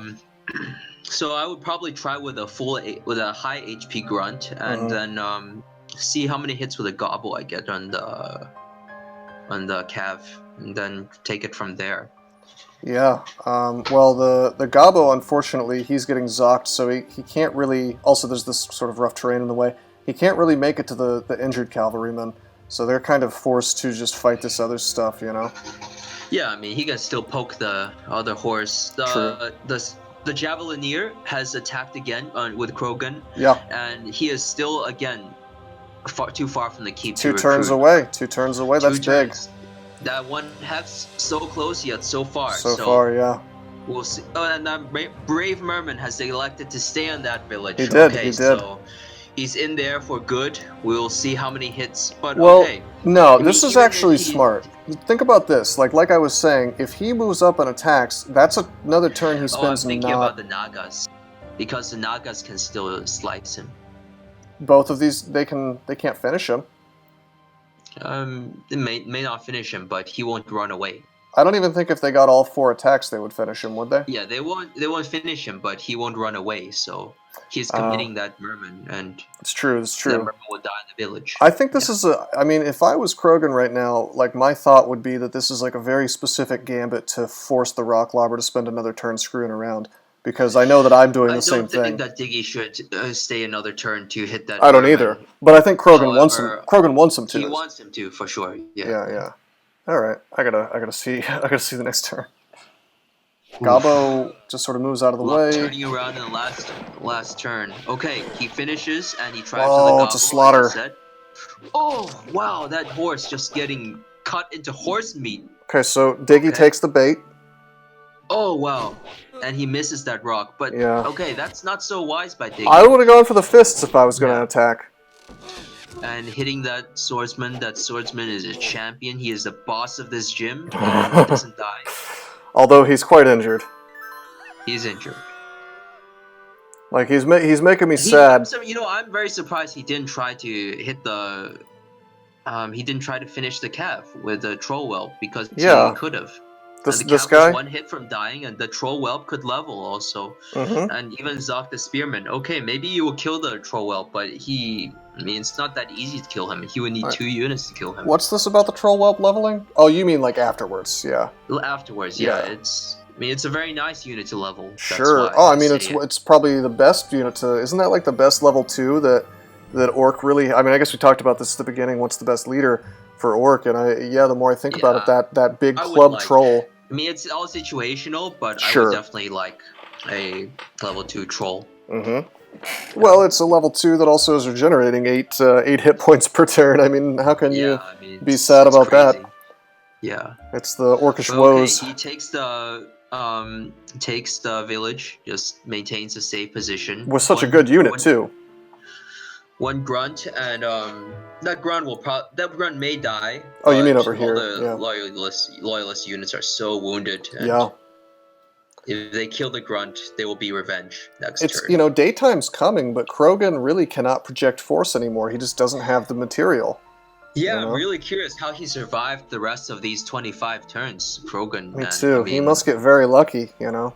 He's already getting lucky, so I guess we shall see, right? That Gobble is wounded, so the Gobble may die, and the... Okay, okay. He gets the level up. So that'll help. That'll help. There you go. Another swordsman. This is Wesnoth's version of Swordsman Art Online. Now, he gave the kill to the cavalryman here, which is curious because the cavalryman is about to die, you know? But I guess it doesn't matter. He just wanted... cut out from me. What did you just say? Sorry about that. I was saying that the cavalryman is the guy who got the kill here, which is kind of curious since he's about to die, but I guess he didn't have much of a choice, you know? Yeah, I mean, any unit you get the kill with is pretty much going to die. They're all super injured. Even that other spearman would likely die. Okay. Let's see how this goes. That's a lot of experience. I would be happy to see this. Wow. Okay, getting the XP in the Naga. This Naga's about to level. 2 unit. Taking that orcish crossbowman in the middle. Not trying on that grunt. The spearman. Okay. Sure. All right. Very curious. So this is a very play. forward. I mean, because next time of day it would be day, and if he tries to hit the orcish crossbowman, he may even kill it, and he just wants to save the level 2. I see that. But isn't this a very forward position at this point? You know, this crossbowman's a bit exposed. Here, it's fine. I mean, there's nothing threatening him. Krogen can't even recruit. He knew that Krogen could not recruit more units to help. Yeah. So he's just standing on the village. How many villages does he have now? 6 out of 16. 10. So Diggy has 10 out of 16 villages. That merman has gone unchecked. Yeah. Because the Naga took the middle village instead after hitting on the merman and failing to hit. So, okay. Diggy seems to be in a good place here, in my opinion. Yeah, I would definitely like Diggy's place, Diggy's position. I mean, it's day starting and Loyalists cannot even hit you. I mean, what does he have? Some level 2s, sure, but the rest of his units are wounded. Yep. They are at risk of dying, and he even has level 2. Diggy even has level 2s. It looks very comfortable. Well, for him right now. Diggy actually has better than level 2s. He has level 1s that are about to become level 2s. So he Right, can fight with impunity because he knows he's That's going to what get that heal. I said something different from what I was I knew what you meant. yeah. I'm just clarifying for the Twitch Yeah. people. But I mean, yeah, this Naga in particular, he could just be suicidal with him at this point. He is immortal, wouldn't you say? You know? He is almost immortal, but it's a resilient, strong Naga. It's very He's not gonna unlikely to die. Also, the level 2 Naga is very nice. Is it good? It's very good. It has 4. I think, does it have 5 strikes? Can you check it? Well, the regular Naga fighter has 5 strikes, so surely the upgrade has at least 5. It has 7 strikes. Oh my god. No, 7 4. Or 7, 4, sorry, 4 it strikes. Just 4 strikes of 7. Of yeah, 7. So I misread it. It's a big damage upgrade, and since he is strong, he will do 8 more at any time of day because he is neutral unit. That's big. I mean, that allows him to project force during the day, which is a luxury, you know? He gets 5 strikes at level 3. He even has 60%, so what more can you ask for? It's a really nice unit to have. Which you wouldn't think would be true on a lot of maps, but on this one it really works out. I'm curious to see how this goes. Naga level 2 would be so cool. Okay, we see our recruit, and finally we see a horseman. A horseman, okay, wow. He wants to finish off. Okay, wow. Oh, he kills the archer that was about to level. Okay. Some swordsman fight over here. I mean, that horseman, that's basically the Loyalist versus Orc version of Hail Mary at this point. Yeah. Because, I mean, okay, it's daytime. That horse is the only power unit that could reach a village to clear it in the day. Yeah. And, I mean, if you get a mage, it just won't reach. Sure. So what do? You buy one horseman and you just hope to hit, because that's realistically what you can hope for to clear his villages with. Well, if it doesn't clear the village, then those orcs will stay until dusk, they will stay until night, and you will just have no He's going to lose. The economy's too much. But here's what I think he's going to do with the horseman. I think this was a very specific play. It was specifically meant to deal with this level 2 crossbowman, because he gets double damage if he charges. And he gets double damage back, but he's getting double of like a crappy short sword. So I don't know. I think this is what he's going to go for. Orcish units, they're basically punching bags. He can also charge the whelp if Diggy hides the crossbowman, because horsemen have good impact resistance as well. True. So that's another target, but I mean, imagine if he misses, right? That's a lot of gold used in a unit that will miss. It's true. But that's what he needs at this point. He needs to just clear those villages and clear them fast, because night is coming and it will not be the orcs just steal his bitcoins while it's even more. So it's Bitcoin pillaging, yeah. Yeah. That's gotta watch out for that. I write about that on rosecrypto.com, how to avoid getting your wallet stolen by orcs. I think I read that actually. However, I'm sorry, but I don't remember. I must go and reread it again. You should. Rosecrypto.com. New article coming out soon, because I've got to write about trolls stealing your wallet as well. Really trolls, or you're just joking? It's both, man. Actual trolls and internet trolls, man. They're gonna do it. Trolls and fishing in this game. Fish in this game. I guess we got. He gets 2 points from fighting a level 2. That's genius. Yep. Okay. Oh, this is looking ugly for Krogen. Oh no, a level 2 troll. Yeah. I mean, if you're Diggy, you are saying, "Oh yes" at this point. Yeah, right? yeah. That looks so ugly. 2 level 2s. Thankfully, the good thing is that village is held only by an injured grunt, so that grunt could be cleared and also give the experience to that spearman. Sure. So he would have a new swordsman to take the place of the old one. This is very worrying, though. Like, I have to say that was very smart on Diggy's part to attack the swordsman the first thing with the Naga, because he knew he'd level up, because you get 2 points for attacking level 2, and he just absorbed all that retaliation damage, right? And he didn't care because he leveled and healed it up. That's so smart. Yeah, it's a good play by him, definitely. Do water bros not get experience? No, Anani Badger. This guy leveled up just now. That's why he's back at 0 experience. So he was full up basically. He went from 1 to 2, and then this guy doesn't have any experience because he didn't attack yet. This guy only has 1. So you see the little bar there. So yeah, they get experience. They level up like everybody else. But equal opportunity. Yeah. equal opportunity. You know, we don't need to have affirmative action for merfolk. They're they're perfectly legit at pulling themselves up by their bootstraps. Or I guess they don't have boots because they're just they have like tails, so they have something. Okay, so you can see the losses and kills. Gold is basically even. However, the real story here is that Diggy's units, his grunts have been sitting in Krogen's villages for the whole time. Big economy damage. He's been stealing so much damage. He's been stealing so much money. So right. Okay. You know what I find interesting, though, if you look at this, Krogen has 3 more kills than Diggy, but the actual gold value of those pretty even so far. This is a relatively even game, at least from like an economy of war perspective, you know. Yeah, I mean, Orcish units are just cheap. That's what you expect, kind of. 12 gold for a grunt, right? Very, very inexpensive. You expect to go like 5 kills down and still come out ahead because you had been stealing his money forever. Yeah, that's how orcs play. Yeah. Absolutely. All right, let's see him get some good use out of this spearman, and he does. Good. Man, this piercing damage. Oh wow.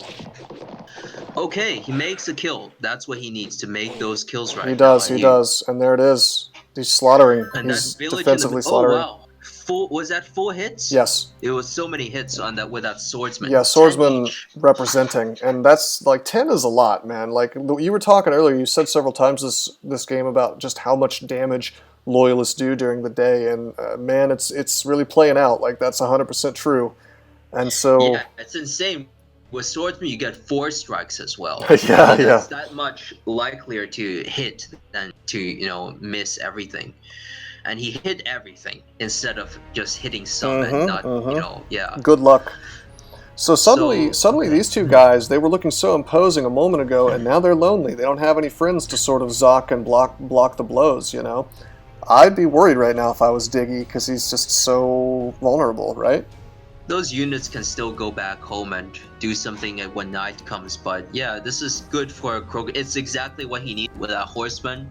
Remember what I said about the horseman? Yes. He needed to hit something. Well, he hit something. He did. And that village will not be retaken by the crossbowmen.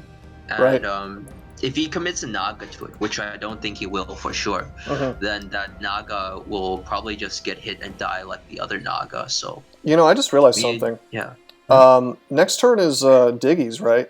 Check this out. Here's your Hail Mary play. If you think you're going to lose otherwise, he's got a level 2 troll, level 2 Naga, and he's got a level 2 crossbowman, and all of them can threaten Krogen's leader right now. If you just went with all 3 of these, he could lose the game outright. I know it's daytime, but is that enough damage? It's very unlikely. If you fail the leader kill, if you fail the leader kill, then you will lose all 2s, and you'll probably lose the game yourself. That's for sure. He needs to try anything like that. No, I don't think he's in a desperate position like that. It's just something I noticed, though, that Krogen's been very ballsy in the use of his hero, don't you think? This javelin here, he's already got 20 experience just from fighting and killing units. He doesn't get anything at all from leveling up, right? Just like a couple points of hit points. 3. Yeah, and a full heal. But, yeah. Not like damage increases. I've been playing a lot of mods lately, so yeah. Okay. All right. So I think we'll see him back off, and we do. Okay, that merman is still there. Well, he'll probably have to leave. Dude, that merman is just completely implacable. Like, you just can't get him to move. He's like, no, that's my village. Yeah, I'm quite sure. Yeah, maybe the best landfish in history. He's lounging. He's just lounging. Yeah, I'm quite surprised that Diggy still didn't send anything, and it's already the next day, and now he is sending something to clear the village from the merman. But okay, he tried with Naga at the start, and he missed. So, alright. It just didn't work out for him, and sometimes that's how Wesnoth goes, man. It's a very RNG-heavy game, and you gotta... Yeah, this RNG has really come back to Krogen in the last few turns. Yeah. So... Now, would you say where it goes now? Would you say that this is abnormal, just the sheer number of level 2s on the field right now? Because this is super interesting to me as a newer player, just seeing like swordsman, crossbow, Naga, troll. Like this seems wild to me. Well, it is pretty wild situation, yes, like you said. But actually, this in a longer game, this is basically what you can expect. Okay. Also, Okay. I mean, you can even see level 3s. Really? It's not that rare to see a level 3 grunt. Okay. The Orcish Warlord, I believe he Warlord, is yeah, I called. think that's what it's called. And it makes something like 19-3 at night. Huge. Pretty crazy. And he even has a ranged attack with his crossbow. Yeah, also a ranged and so many hit points. Yeah. Yeah. Probably Like among the 80 highest. or 70 or something crazy. More than is easily taken out, that's for sure. Yeah. So yeah, okay. Night is coming again. Krogen 2 more has spearmen. succeeded in his defense, and he is recruiting more units. He just can't have enough of those spearmen, really. You need more spears, man. Spears of the Patriots. I just realized you were quoting Krogen, maybe the best landfish in history. It's accurate. It's a good statement. All right, let's see. I see we have more goblins coming out. Okay, gobbles. I'm not sure I agree Finally! with the gobblings at this point. But finally, we see an assassin going to work. I mean, it's... Ugh. Well, that assassin was used just to deal some damage on the fish. Yeah, it was an odd He has choice. 2 assassins, but I mean, it's not a grunt. At night, you need grunts You to need hit. grunts. Yeah, it's like it's doing But the okay, opposite. there's swordsman on the village now, and the swordsman is very durable. It's hard to take him out even at night, and he does good retail even at night. So actually, I think the situation is looking quite tough for Diggy right now, I think because so too. he has those level 2s, he has that troll alone, and he cannot really do much with the troll alone against the swordsman. Well, technically, if he wanted to, he could move the Naga up and help, but they're not going to take out the swordsman. They'd have to hit with every single attack, and even then, I don't think it would kill it. It might. That's So a 19 really, club. he has only the Naga to play with. The troll is actually just eating upkeep right now. It's not really accomplishing anything. Of course, he will have it for the next night and for day and defense, but Sure. his units are out of position. And Yeah. it's night. He has just committed so many units to clear out the merman, and he's not in position to strike. So, okay. This is interesting. Let's see how it goes. So the cavalryman is actually moving up to do some pillaging. Pretty smart, I think, on Krogan's part. Got a bowman, curious. Good game sense from Krogen. He senses that everything is on that right side because he saw the units with his merman. Sure. And he just sends the cavalryman to steal a village. Okay. That's really smart. And I mean, sure, he's got the Gobbo threatening, but he's not going to die in one turn. You know, so this dude is threatening so many villages right now. It's brutal. So in the same way that we saw Diggy just wrecking Krogan's economy in the early game, you're seeing some revenge now. And I think this is going to be a very hard cavalryman to get rid of. Yeah, definitely. That troll is just going to chase after him like in the story of Tom and Jerry. The story of Tom and Jerry? All right. The myth, the legend of Tom and Jerry, a tale from Wesnoth's past.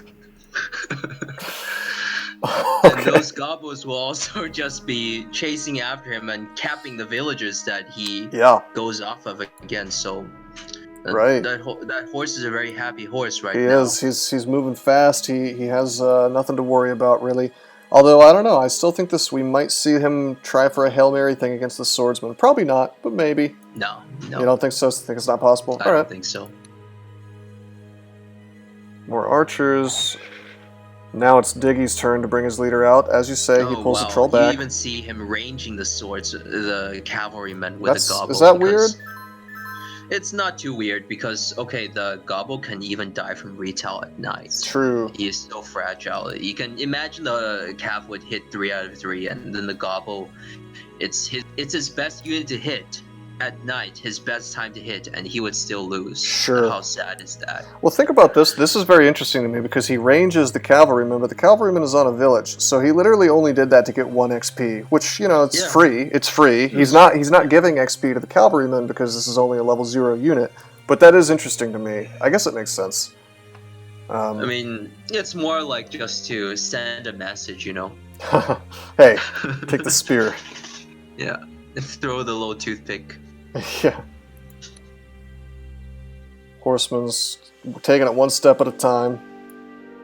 Getting some nice scouting info, exactly what he has. Okay, so he runs away with cavalrymen. He scouts and prepares for an attack on the right side. Yeah, Krogan's about to charge. Time to turn to attack in this game. So yeah, he has a lot of time to prepare his units to posture and take that castle in the front. We have not seen Krogan really go on the offensive this entire game, have we?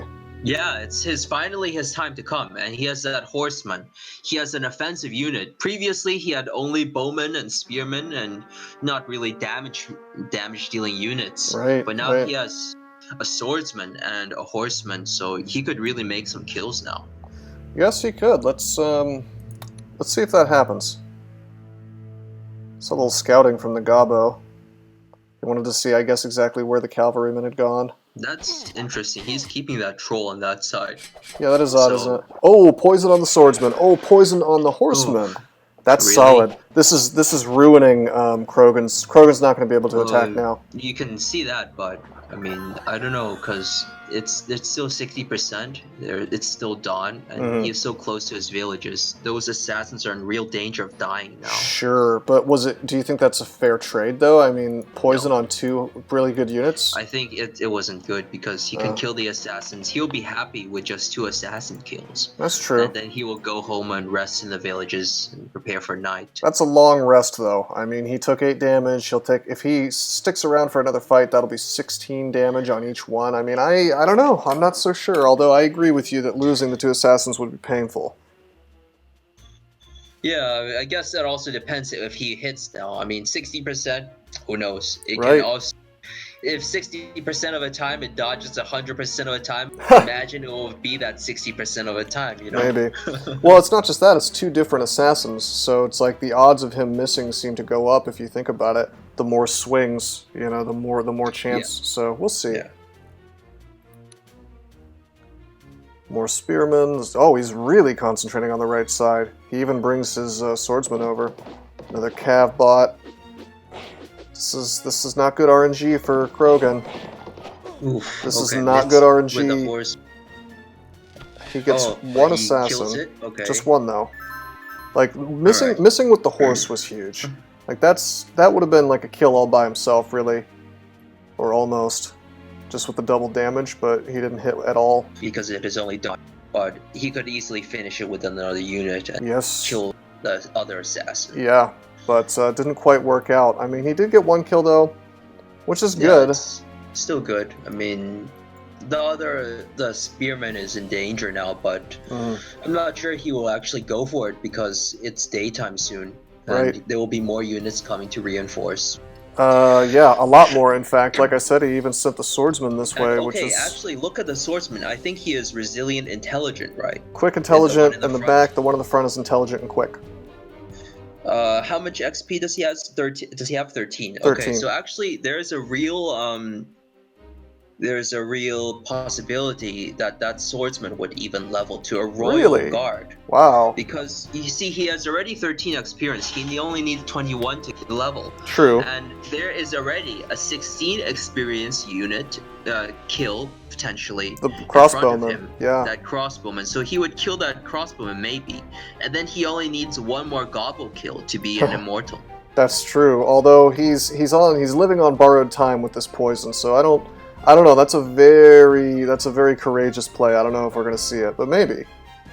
I think it's courage definitely Diggy from staying. If I was Diggy, I would be so scared to stay. Well, I wouldn't want to lose my crossbowman, that's for sure. This is not looking like a very strong position, even with these 2 guys poisoned. But let's see. So Diggy moves up with his big beefy Naga. That's interesting. He moves his crossbowman back. So brave. Okay. Wow. Taking that kill with the gobbo. Wow. Okay. So Krogan, surely Krogan's not going to advance now. Okay. So, imagine that gobbo would have died actually, and then, I mean, okay, it only needed 1 hit to kill. Did he only need 1 hit to kill the? He only needed 1. I don't, okay. All right. So actually, it was at fine. night. Yeah, it was good play by him because that gobbo. It's just a goblin. I mean, you don't care about him that much. So, right. You know, yeah. That's true. I mean, and you know, he may get very lucky and somehow survive this whole onslaught. I doubt it, Yeah, but who knows? He may make some retail one unit. yeah, I mean, but that's the thing is like that's what the goblin's for. He goes, he gets kills, he doesn't feed the enemy very much experience, you know. If I was Krogan, I'd be very frustrated right now about this turn of events. Yeah, I mean, quite a downer for him that he wasn't able to actually attack and he only got one assassin. Now he Right. has to go home. He has to. He's too hurt to do anything else. I And mean, he even lost a spearman, so he did to a goblin. Yeah. Insult to injury, you know. Yeah. And by the way, I should point out this is an intelligent Naga, so excuse me, 9 out of 18. You know, experience is wild. Yeah, that Naga is only 9 XP from leveling, so he only needs one more kill to be an immortal. These Nagas and the archers, they level so fast. Yeah, well, when they have the intelligent tag as well, it's even faster. Oh my god, I think the orcs are attacking my throat right now. So I should drink some of the water on this level. There seems to be enough of it.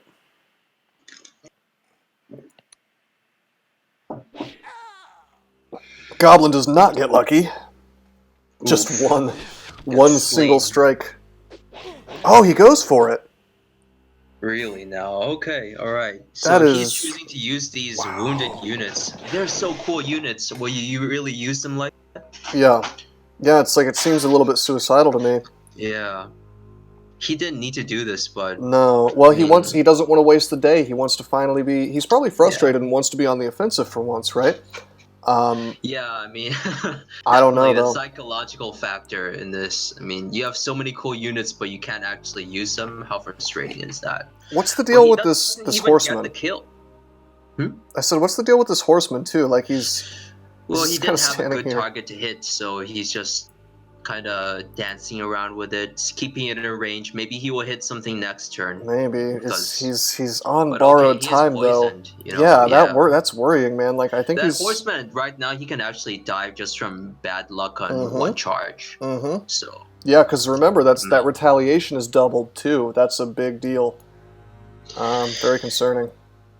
Yeah, there's also assassins, so it's not like previously when there were no assassins and he couldn't poison anything. So yeah, do you notice how much better the game is going for Diggy now that he's using assassins? I mean, like this is so he's really blunting the offensive power of Krogan's army during the day.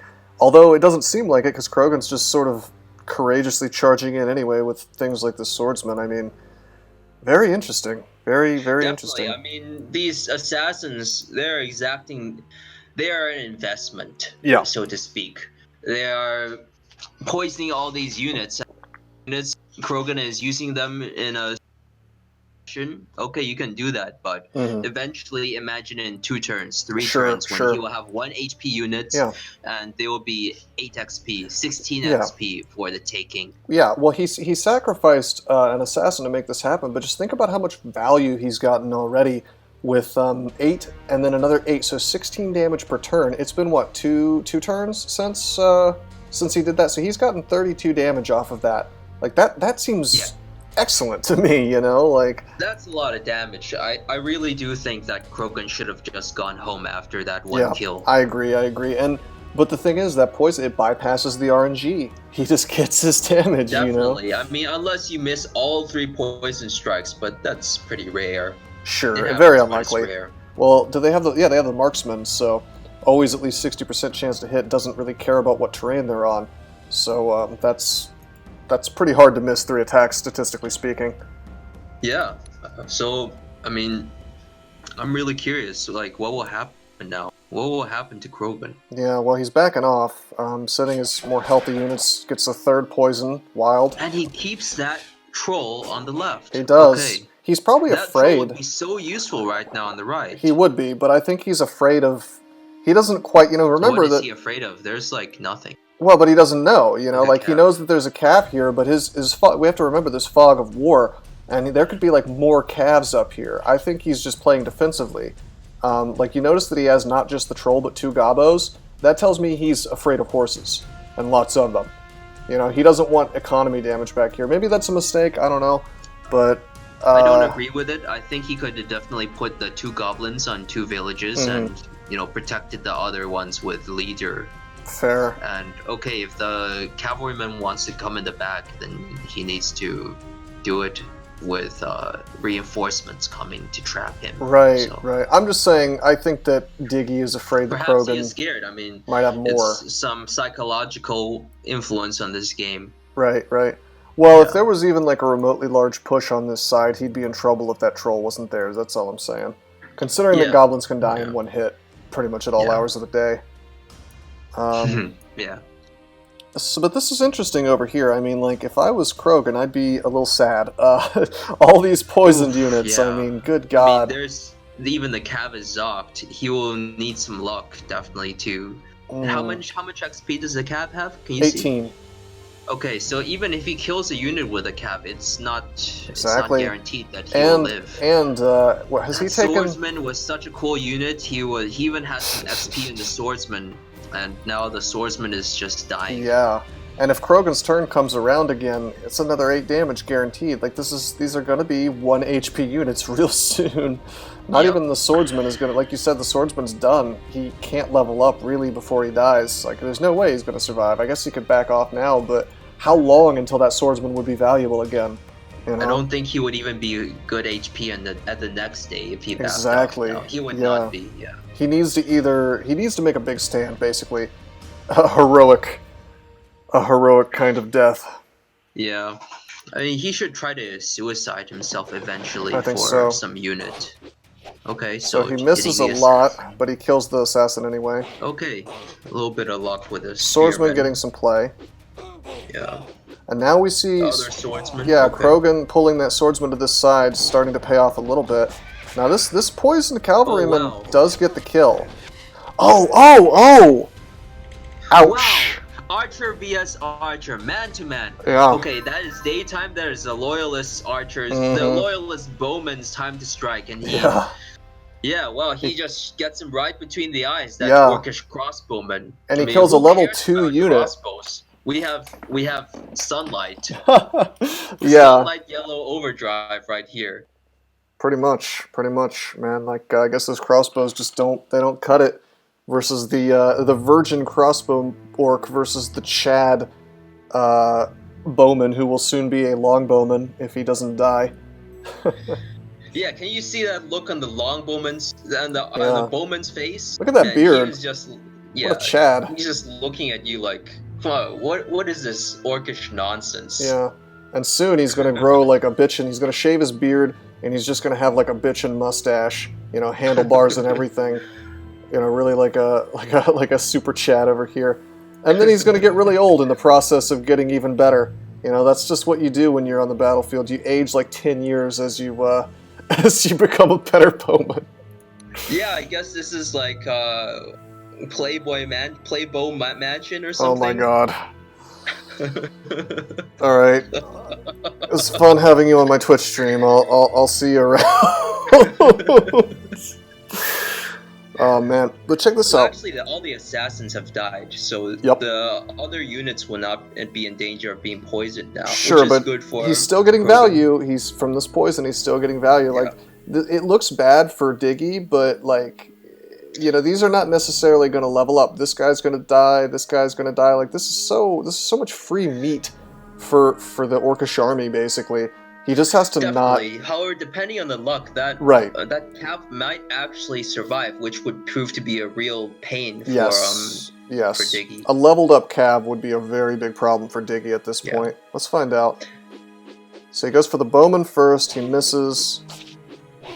Okay. Oh! Using that Naga. All right. Oh my god. Oh my god. He actually leveled up. Yeah. That's insane. Okay. Diggy says that wasn't good at all. Man, okay. Why not Gabo first? Saw 4 XP left, it must have been 3. Yeah, he had 3 XP to go. And so he swung with a level 2 and a level 1. He should have swung with his Gabo. you know, so that like he wouldn't feed him Well, experience. perhaps also the goblin was trying to be saved for hitting the cavalryman. No, Diggy literally, he actually admitted it. He said he Because thought it was quite likely, actually, that the bowman would die, fair, and that but the I'm saying that goblin could kill the cavalryman. Diggy admitted though that he just misread it, um, and so he accidentally created a level 2 unit for his enemy. Very interesting.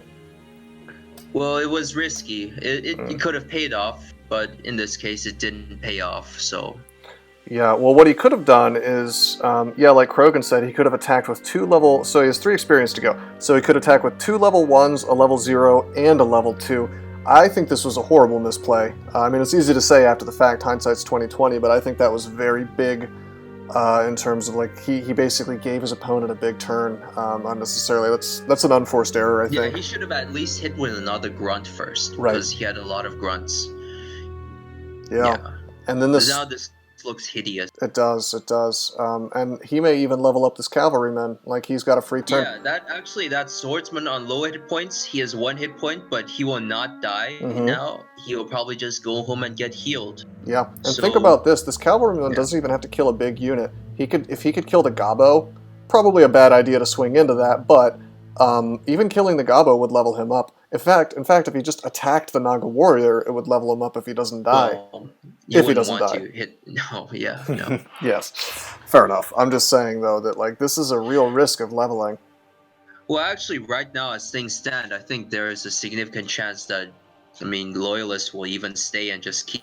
Sure. Bills, well, they have such a big advantage. I mean, yeah, I think they very well might just fight through the night. I mean, this spearman's going to level up if he gets a kill. This cav could level up. He's going to get huge damage off this longbowman. This grunt's about to level up, but I don't think the grunt even matters because it's just so much stuff. And he could even get some Hail Mary damage off of this injured swordsman. He's going to get a ton of damage off this totally healed swordsman. You know, this is looking brutal for the orcs right now. Yeah, or he can just, go back to some terrain and, he can. I think it would be better for him to try hit. Yeah. I'd press the advantage, I think, but then again, I'm a gambler at heart. I think it's better to hit as well. Yeah. He backs off. Okay. Goes for the safe play. Very curious. What is the? Oh, he actually had movement points with that. I forgot, because the goblin is level 0. He cannot zock the. No zock, yeah. Actually, yeah. So he can go home like this. Actually, yeah. This is better.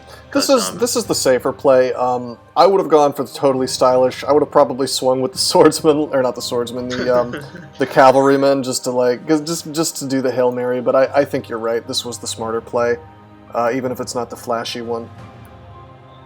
Well, yeah. And there's no units to poison him anymore. Okay, right. What does Diggy have on that side? He recruited a wolf. Because he was that just tells me he was so desperate to get another unit in the fight. He was scared that Krogen does the intelligent thing. He just goes back with all his cool level 2s. They have done good work, and now what will Diggy do? Nothing. Diggy doesn't have material, and this dopey troll over here is still doing nothing really, you know. Yeah, I really want. Troll. There was a grunt, and I thought that grunt would relieve the troll of his garrison duty on that. Yes. But okay, the troll just. I don't know what he wants to do by advancing forward. He cannot do anything alone. Yeah, I mean, he could try, but he's going to put himself in a horrific situation, really, if he tries to push up here by himself. Yeah, you actually cannot kill the unit. Right. Just even if you get both hits in 2 out of 2. Yeah, and so that troll is. I mean, he leveled up and he's now just staying at home and eating upkeep. Yeah, expensive unit, not getting a lot of value out of him. Very interesting. Let's check the stats before I turn. Really even stats right now. Okay, yeah. So the RNG has turned back to Krogen's favor because Krogen was massively unlucky. Yes. Yeah. So that goes to show, just stay in the game and it might turn your way. You know. Yeah, you remember that talk at the start about being tenacious? Yes. Krogen definitely showed his mental endurance in this match. For sure. He's even lasting 28 turns, and he has a pretty good advantage. He does, yeah. And Diggy, to his credit, is also pushing up, but I don't I don't think he has the material to make this push work. So this push is not a real push. He's just posturing, He's taking a little posturing. bit of ground, doing some paperwork. Yes, yes, indeed. Although, man, look at this 1 HP swordsman, 1 HP, well, 4 HP You cavalryman. can retreat. He's just going to retreat. But these units are useless for a very long time. They are, but it's okay. So they back up as expected. Some commentary by Krogen in the chat. This match is epic because of the stupid decisions made by both sides. Oh wow! So he actually puts that. I don't agree with this. He puts that injured swordsman on. Oh, he actually cannot be reached. Can't reach. Okay, can't reach. Never mind. Okay. Yeah, I had the same thought, but it's just too much stuff in the way. Too much. Because there's terrain in front of that front grunt, and he is blocked from reaching that swordsman. Okay, so just taking advantage of the healing. Yeah, and then we see that like Diggy has stuck around here. On the left side. Yeah, he just lives on the mountain, man. This battle's gonna be long over, and he's just gonna be living up there. He's put aside his weapons. He's like Thanos, I guess. He's just like farming up there. That troll is actually Shur, and that Shur is supposed to be the trollish, the Wesnoth way of saying Shrek. So, because we're playing on Swamps of Dread, this is actually his swamp. Oh yeah, I knew he smelled like onions. That's why I was coughing earlier. I just couldn't take the onion smell. You know. So yeah, this looks like a smart play now. He's gonna stop being poisoned, and then he can just back off next turn. And you can see Krogen is feeling so confident. He even recruited a mage. Yes, that mage is just a unit to make a super strong attack on the right side. Virtually guaranteed damage. Oh, 70%. I mean, you will get 18 damage for sure, maybe 27 damage a day. Good stuff. So, okay.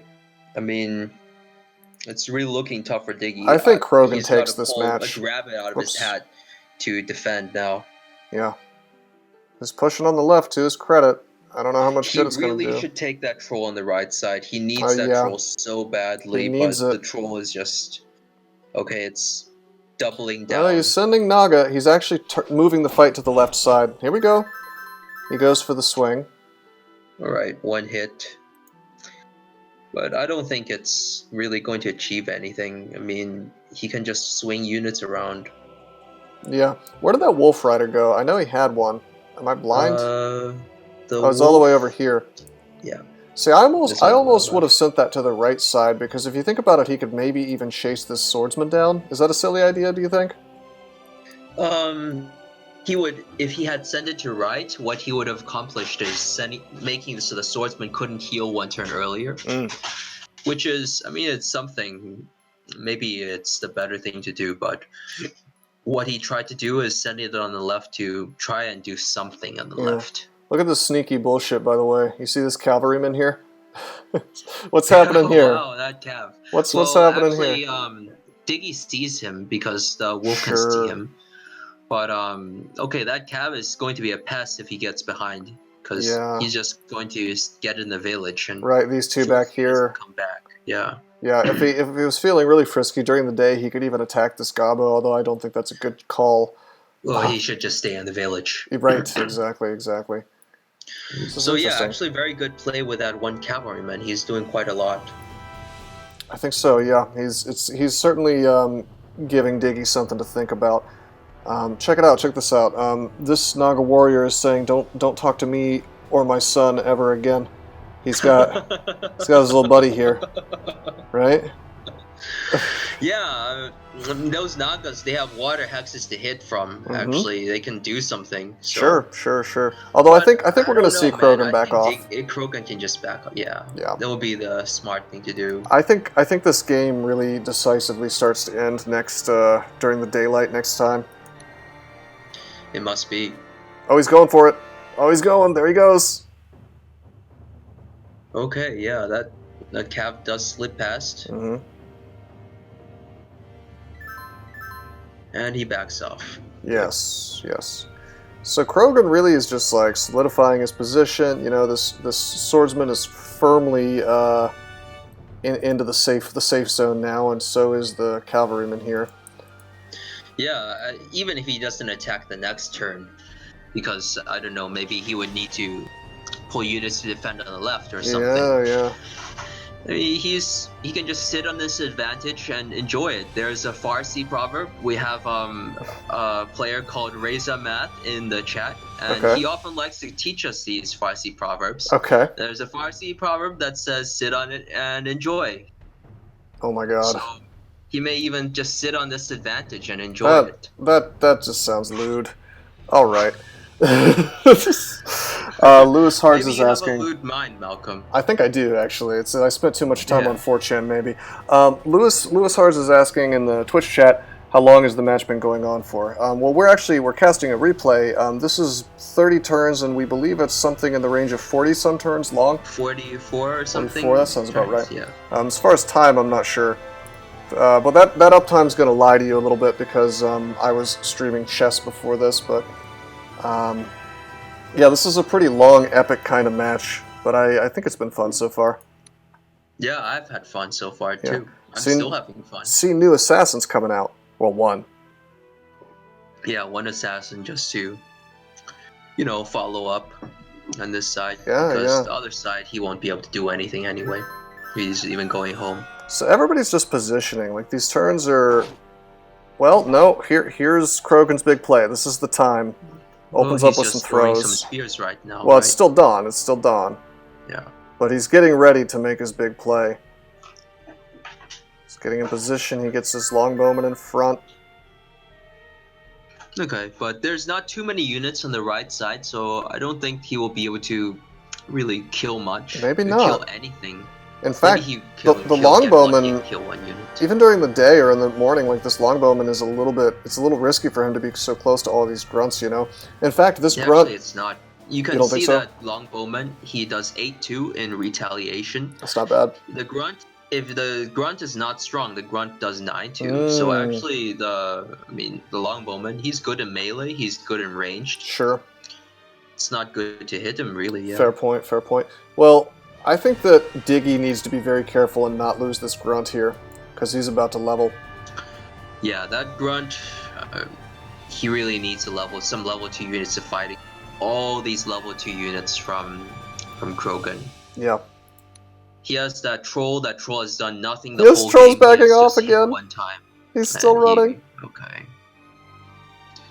Okay, so he just takes the village for one turn. Both players just shaking hands. Ooh. Gentleman's agreement to not have any bloodshed. This cavalryman is finally getting pushed back a little bit by poisoning, but not really. Oh wow, that's how scared you see he is on the right side. Yeah, he backs off. So few units, and he's still backed off. He knows he's on the back foot. This is a lot of... I think if I were Diggy, I would still stay. I mean, come on, there's no units. There's only 2 level 2s, and he can hit you, but if you give him the village for free, then he would just take it. Yeah. I think we just finally figured out what the troll's doing. Rogue Shenanigans came into the Twitch. He said that the troll is just a war journalist. He's only here to observe. That's his new profession. That's a very good point. Perhaps he is, That troll, he has only hit one time. Like a few times, really, after leveling up. So he just got promoted to, war journalist. Yeah, this is not actually a club. This is just like a specially shaped camera. Yeah. So okay, that cab is going to get cleaned up. Killed the gobbo, actually. Oh wow, he gets a kill, and he says, "I'm not going alone. You're coming with me." Oh man, this is going so well for Krogen. Good luck with those spearmen. Krogen's getting sick attacks here. Yeah. I don't see how Diggy pulls himself out of this situation, man. This is just ugly as hell. Maybe. Yeah, it's looking very, very rough. I think Krogen would have been fine even if he hadn't tried, but he did try. He got some good luck and good hits in. Well, this has been this is like the sleeper hit right here, this cavalryman back here. Yeah, that cavalryman has done such a good job this whole game. He even killed a goblin. Well, I would say that the single cavalryman, I think he's actually the same one that was just chilling over here and scaring the hell out of Diggy. And this cavalryman may be the exact reason why this troll is in such a dumb position for so long. And now look at this. Look how zocked this dude is. He's owned. How's he gonna get out of this? You know, like he could go back to this, I guess. He can go on the village or go on the hill. But, yeah, but I I mean, mean, he will be safe because he has many hit points. He won't sure, die. but I'm saying he's useless. You know, he's in a position on the board where, you know, he can't really hit anything that matters. Very clever on Krogen's part, I think, to cover him like that. I feel it was definitely possible to switch the troll. Yes. At least at some point. Several turns ago.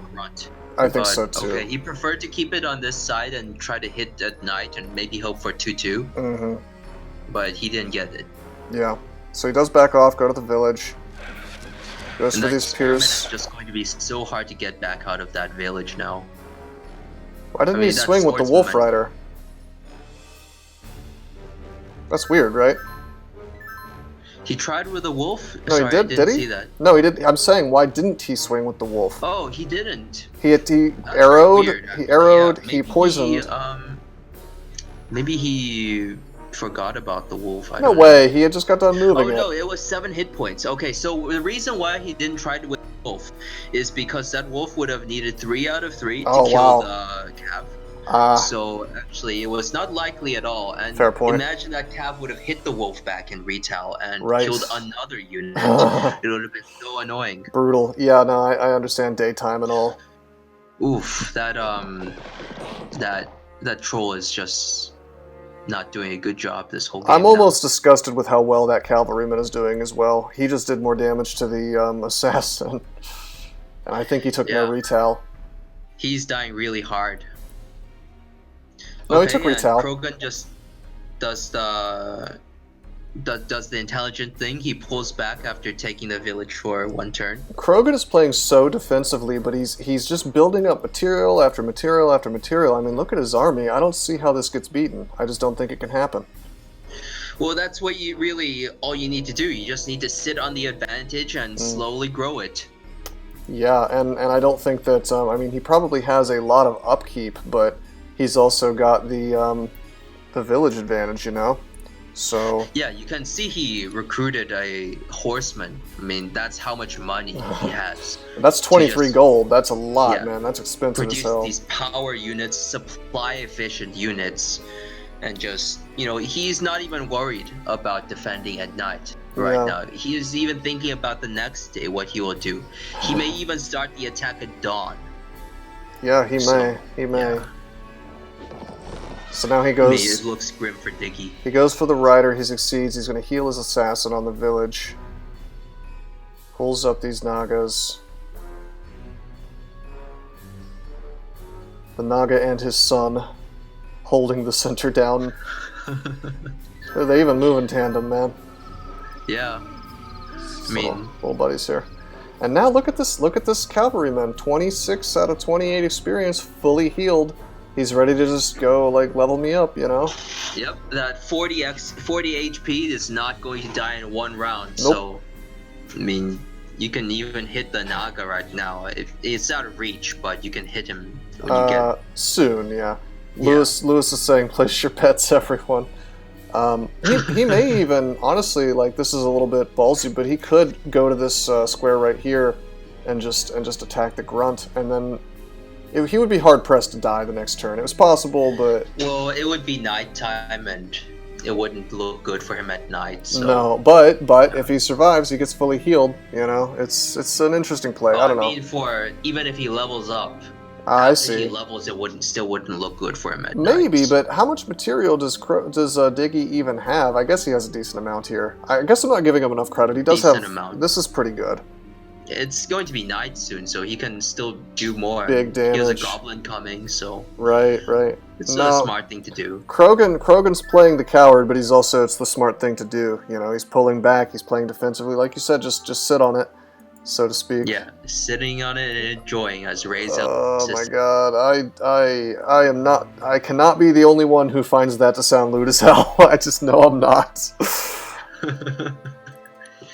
Well, I guess we will have to ask Reza. Maybe. If he intended it in a lewd way. Yeah, we'll have to ask. I'd like to know. What exactly do you want us to sit on and enjoy? Exactly. I sit on my Bitcoins that I enjoy. Yeah, you know, getting those nice bitcoins. That's a Farsi proverb right there. It is a Farsi proverb. Satoshi Nakamoto, the inventor of Bitcoin, is actually Farsi. He's all right. So we see a lot of maneuvering, not a lot of fighting. I'm going through these turns a little faster because second mage. Yep, second mage. That's how confident he feels. He just wants to bust the defense open on the next day, and I feel the game will be decided soon. Mm-hmm. We see the Trying nighttime with attack. Some luck, this is just some Troll gets the kill. flailing around. Okay, he gets the kill, but I mean, that's one spearman. Well, he sticks a troll in the village. Krogen previously retreated all those times, but this time he didn't retreat. That's how confident he was already. Mm-hmm. Okay, he cannot kill the troll in the village right now, but I mean, it's one spearman he lost. There are so many units coming behind. It's going to be very tough for him, for Diggy, very soon. So yeah, I find this recruit pretty funny. He got a couple of goblins and an assassin, so maybe maybe he does expect this to go back into the daytime, and he wants to hold off. Goblins, I guess those goblins are for hitting the calf. Yeah, because the calf will be an immortal soon. There's a lot of horses. Attack. There's a lot of horses on the field. Yeah, there's more cavalry and horses on the other side as well. So those goblins could prove useful. Yeah. Right now, more than anything. So what the goblins do is they provide damage. Yeah. For very low gold cost. Mm-hmm. They basically do the same damage as a grunt, a little tiny bit. Yeah, they're just more fragile. But yeah, they have less hit points. So assuming that those goblins would dodge everything, actually they can hitting power to kill things. Sure. Especially this cavalryman who will be soon an immortal. You can still hit him with level 0 units. Yep. So just can't let him die. I guess Diggy really just is counting on luck right now to have as many hitting units as possible. Yeah. Yeah. So this longbowman is making me sad because he's sort of maneuvering it back to the left side, and he sends his hero out too. Interesting. Very interesting. Yeah, I suppose the hero is to punish Diggy if he stays, but yeah, he will surely not stay. Surely not. He's too outnumbered even at night. Yeah.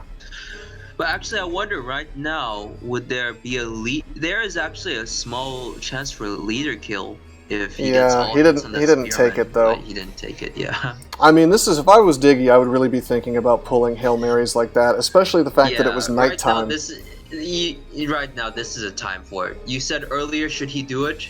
I said he shouldn't, but now he should. Well, it looked so much better last turn than the first time I noticed, because the first time I noticed, I believe it was daytime or maybe like dawn. Yeah, Lewis Hards. Need to do it at that point.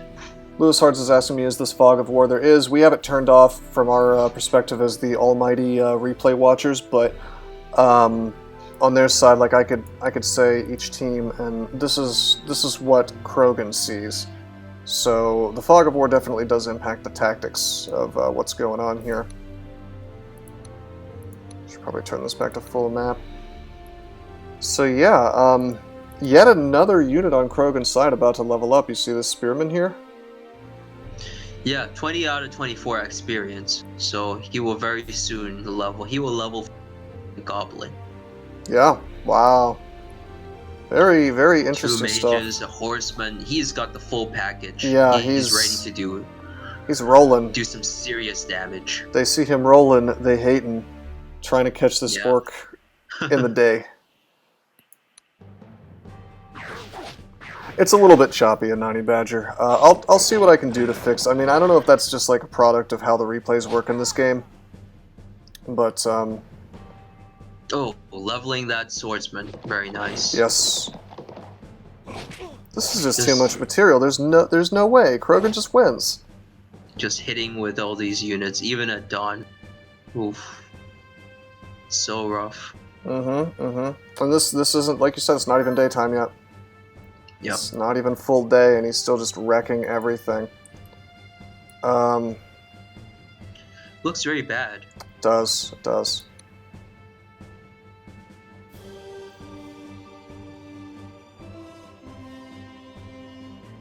Okay, that troll was not even able to make it on. So Right. he's on 30% right now, the big troll. In the shallows, yeah. Well, shallow / flat. Which is... The ford, yeah. Yeah, technically it's a ford. Very interesting. This is... I don't see it, man. I do not see Diggy getting out of this. This is just like... This is basically Krogen taking a victory lap, I think. Like, tell me the scenario where Krogen loses. It would require insane luck, and there's the mage. He would have to miss everything and then get everything poisoned somehow without the assassin dying. Krogen doesn't even care. He's going straight for the troll. He's making hits. I mean, that troll is... Level 2. It's getting hit. Got a Dragoon now. Yeah, that Dragoon is going to have a very one-on-one fight with that troll. I feel like I should call an ambulance for Diggy. This is looking bad, man. Yeah, it definitely looks very bad. It's already first day, and he will actually just push right through this whole line of villagers. It's too little too late on these poisons. Like, that would be good a little earlier in the game, but now that Krogan's not going to care, he's just going to push and win. Yeah, I mean, he's not punching right now to get a hit. He's punching to smash. Yes. Smash Orc's face. Oof. Goodbye, Gobbo. Goblins dying from one attack. Yeah, Krogan... That's what life is like when you're a goblin, you know. Sometimes you just got your spear and you got hit once from one unit and you died. Yeah. At this point... Good luck on your next life. Right, exactly. Like, the Gobbos just don't do anything. And what's funny is Krogan could even be advancing on the right side if he wanted to at this point. In fact, I think he should just be recklessly smashing into his enemy. Make the best out of this day. More poison, but again, Krogan doesn't care. Who cares? Yeah. He's here to end the game. He's not here to conserve. Ouch. Even that assassin getting hit back in return, you saw that 9 damage from the Loyalist Spearman's retaliation. That's big. Ouch. Now, well, let's see. The knight is falling. Surely Krogan doesn't back off. But he doesn't need to back off. He can just... Yeah. Okay, he gets some mage poison, but it's another level up. Yep. This is so ugly. Getting sliced to pieces. Right. He got punished on the horseman, but it's just too much, man. Yeah, I mean, what's he going to do? Even if all these units are 1 hit point, he can just... He doesn't have anything. He doesn't have anything to finish them, even if they are wounded now. I will say this: the troll, as we expected, is just living for a long time. But who cares, man? Yeah, well, he will go on the mountain, and I guess he will even live the whole game. But maybe. Oh, there goes a horse. Oh wow, nice. Okay, he took that troll back. So the orc is, Diggy's punishing Krogan a little bit, but he's gonna have to do even more than that. Definitely. I think this is just gonna. I think Krogan is just gonna go for the leader kill now, even at night. He well, might, maybe. Or maybe he could. He can't back off. I don't know. Yeah, I think he can back off. Maybe. There's only the Naga and the Wolf to give chase, so yeah, he can like retreat through the bridge on the far left side. Sure. Hey, Schwartz user, thank you for the follow. Also, there's a follow earlier I meant to say thanks for and I forgot, so sorry about that.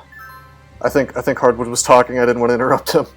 Oh, I'm sorry. No, don't apologize. It's okay. It's just it's hard to keep track of all the stuff at the same time sometimes, but that's the job. That's the unenviable job of the streamer, right? So yeah, unbelievably, Diggy actually pushed this off. Well, night was coming, and you don't have to press at night also. Yeah. There's still the level 2 troll and Naga lurking around, so... Right. I mean, no harm done. You can just go back home like this and even have his villages. We only have, like, 3 turns left, right? Yeah. I don't know. Doesn't look very favorable for Diggy. But it hasn't for a while. I don't know, man. It's looking a lot better than it did a minute ago, I'll say that much. I mean... Well, he would just go back home and... Sure. he has already done so much damage. But I don't see how the game ends quickly. One of them is going to GG, I think, because it's if it's in fact 44 turns like we thought. Spoiler alert. I think he will probably just go back. Oh wow! Even going forward on the right side. I see. Yeah. Oh, it's easy to disregard this, but he's look at how much you know. Look at this stuff, this material. Yeah, he has 2 swordsmen against what? 2 grunts. Okay. Rogue Shenanigans said Diggy did so little with his promoted units here. Naga and Troll have just stood around. I think that's a. I mean, look, he's just hanging out here. You know, this is a level 2 Naga. That's 8 times 4. Just doing nothing. I agree entirely. This could have definitely seen some more action. It's 8 times 4, and he's also eating 2 upkeep per turn, don't forget, because level 2 units take double the upkeep. You gotta pay him more. That's less income for him to play with. And if he does nothing with it, that's like using 2 units for nothing, not just 1 unit. Yeah. So, okay. Yeah. He's another war journalist. He's the water war journalist. Alright. Okay, missing when that's not good. Swordsman. Not good for Diggy. He gets some hits in, but well, Swordsman is very tanky. I feel like this knight has to be really big for Diggy, and it just wasn't. Well, he had to dodge everything. Oh, there's the kill. Oh. Another swordsman slicing up that grunt. Yeah. So the troll survives. Troll, yeah. This grunt's going down, I guarantee it. Yep. Okay, grunt dies, and now he's just pushing right back. He didn't even have time to go. Okay, he will retreat probably the wounded. But no, he keeps the one hit point mage around. He's just going for it. I mean, at the same time, he's not at risk. Everything's zocked. So.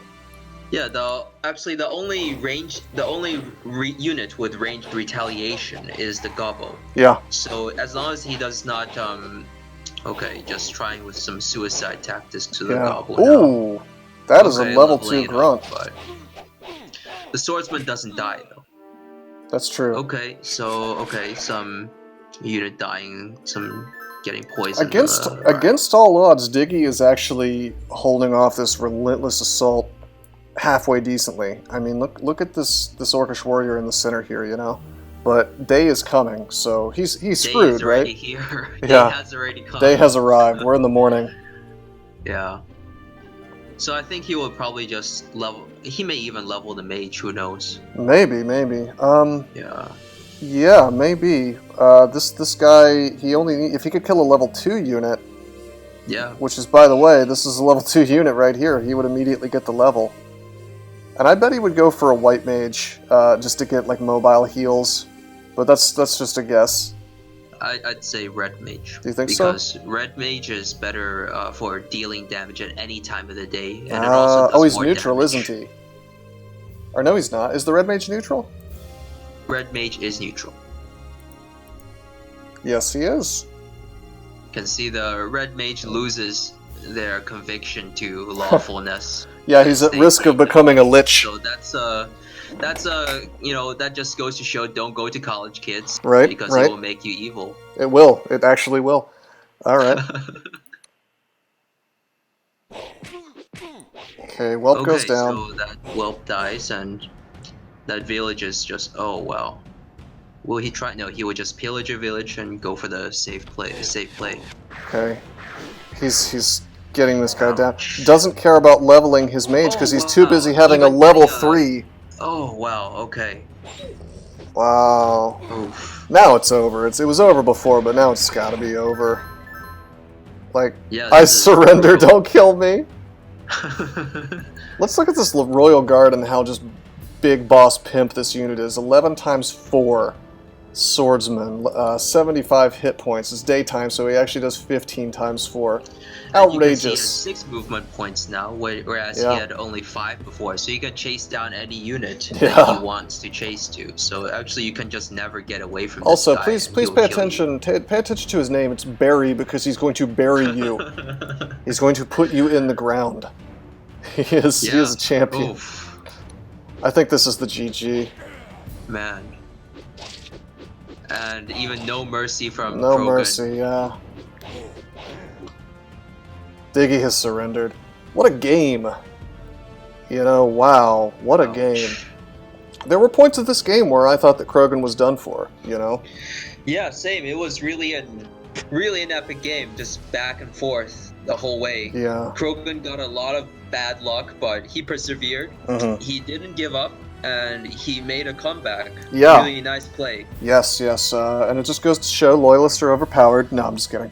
But, I mean, he was on the back foot for probably over half the game. And then eventually he reached that critical mass and was able to just make a comeback. But as the people in Twitch chat are saying, should have went for the leader kill when he had a chance. I think that was the biggest mistake Krogen made, was not pressing his luck, because I think the writing was on the wall with regards to the outcome, you know, at that point, and he had to either, you know, do that make or break play, you know. You mean Krogen with the horseman earlier? Sorry, I meant to say Diggy, when he had a chance to go for Krogen's leader. Actually, they both had times when they needed make or break plays, but the thing is, Krogen tried them and they worked, but Diggy, he did not believe. And okay, when you don't believe, you don't take any shots, you miss all of them. So right. That is what happened in this game. Yeah, and it also goes to show that, like, there are a lot of little tiny mistakes that kind of add up. Like, this longbowman wouldn't exist at all, you know, if Diggy hadn't, if you remember, like, that longbowman exists because of a slight misplay, and it seems like such a tiny thing, but I bet you that without this longbowman, things would have been much different, you know?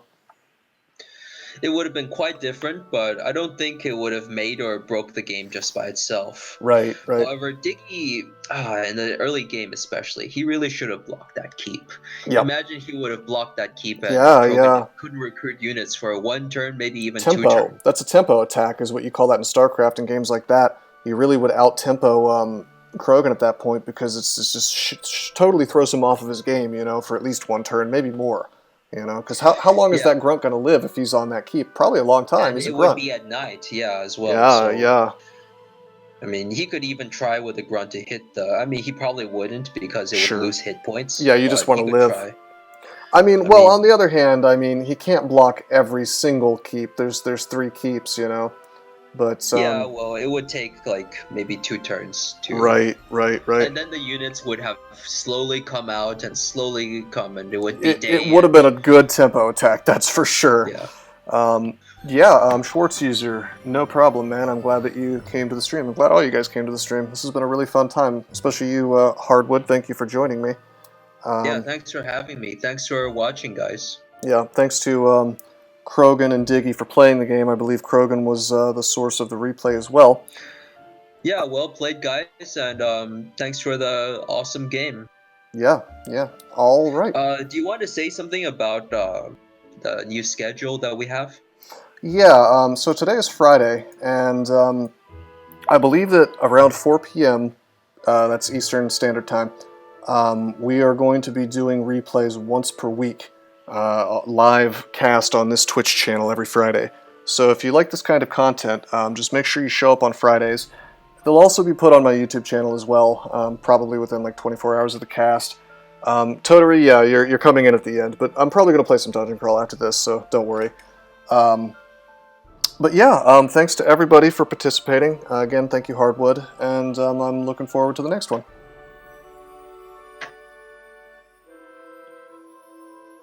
Alright, well, let me just stop this recording here. Did you know that there are many ways that you can help support this channel? Read about them on rosecrypto.com/support. At Rose Crypto, you can learn all about cool things like the Brave web browser, Bitcoin, and other cryptocurrencies. Thanks for watching, and don't forget to like and subscribe.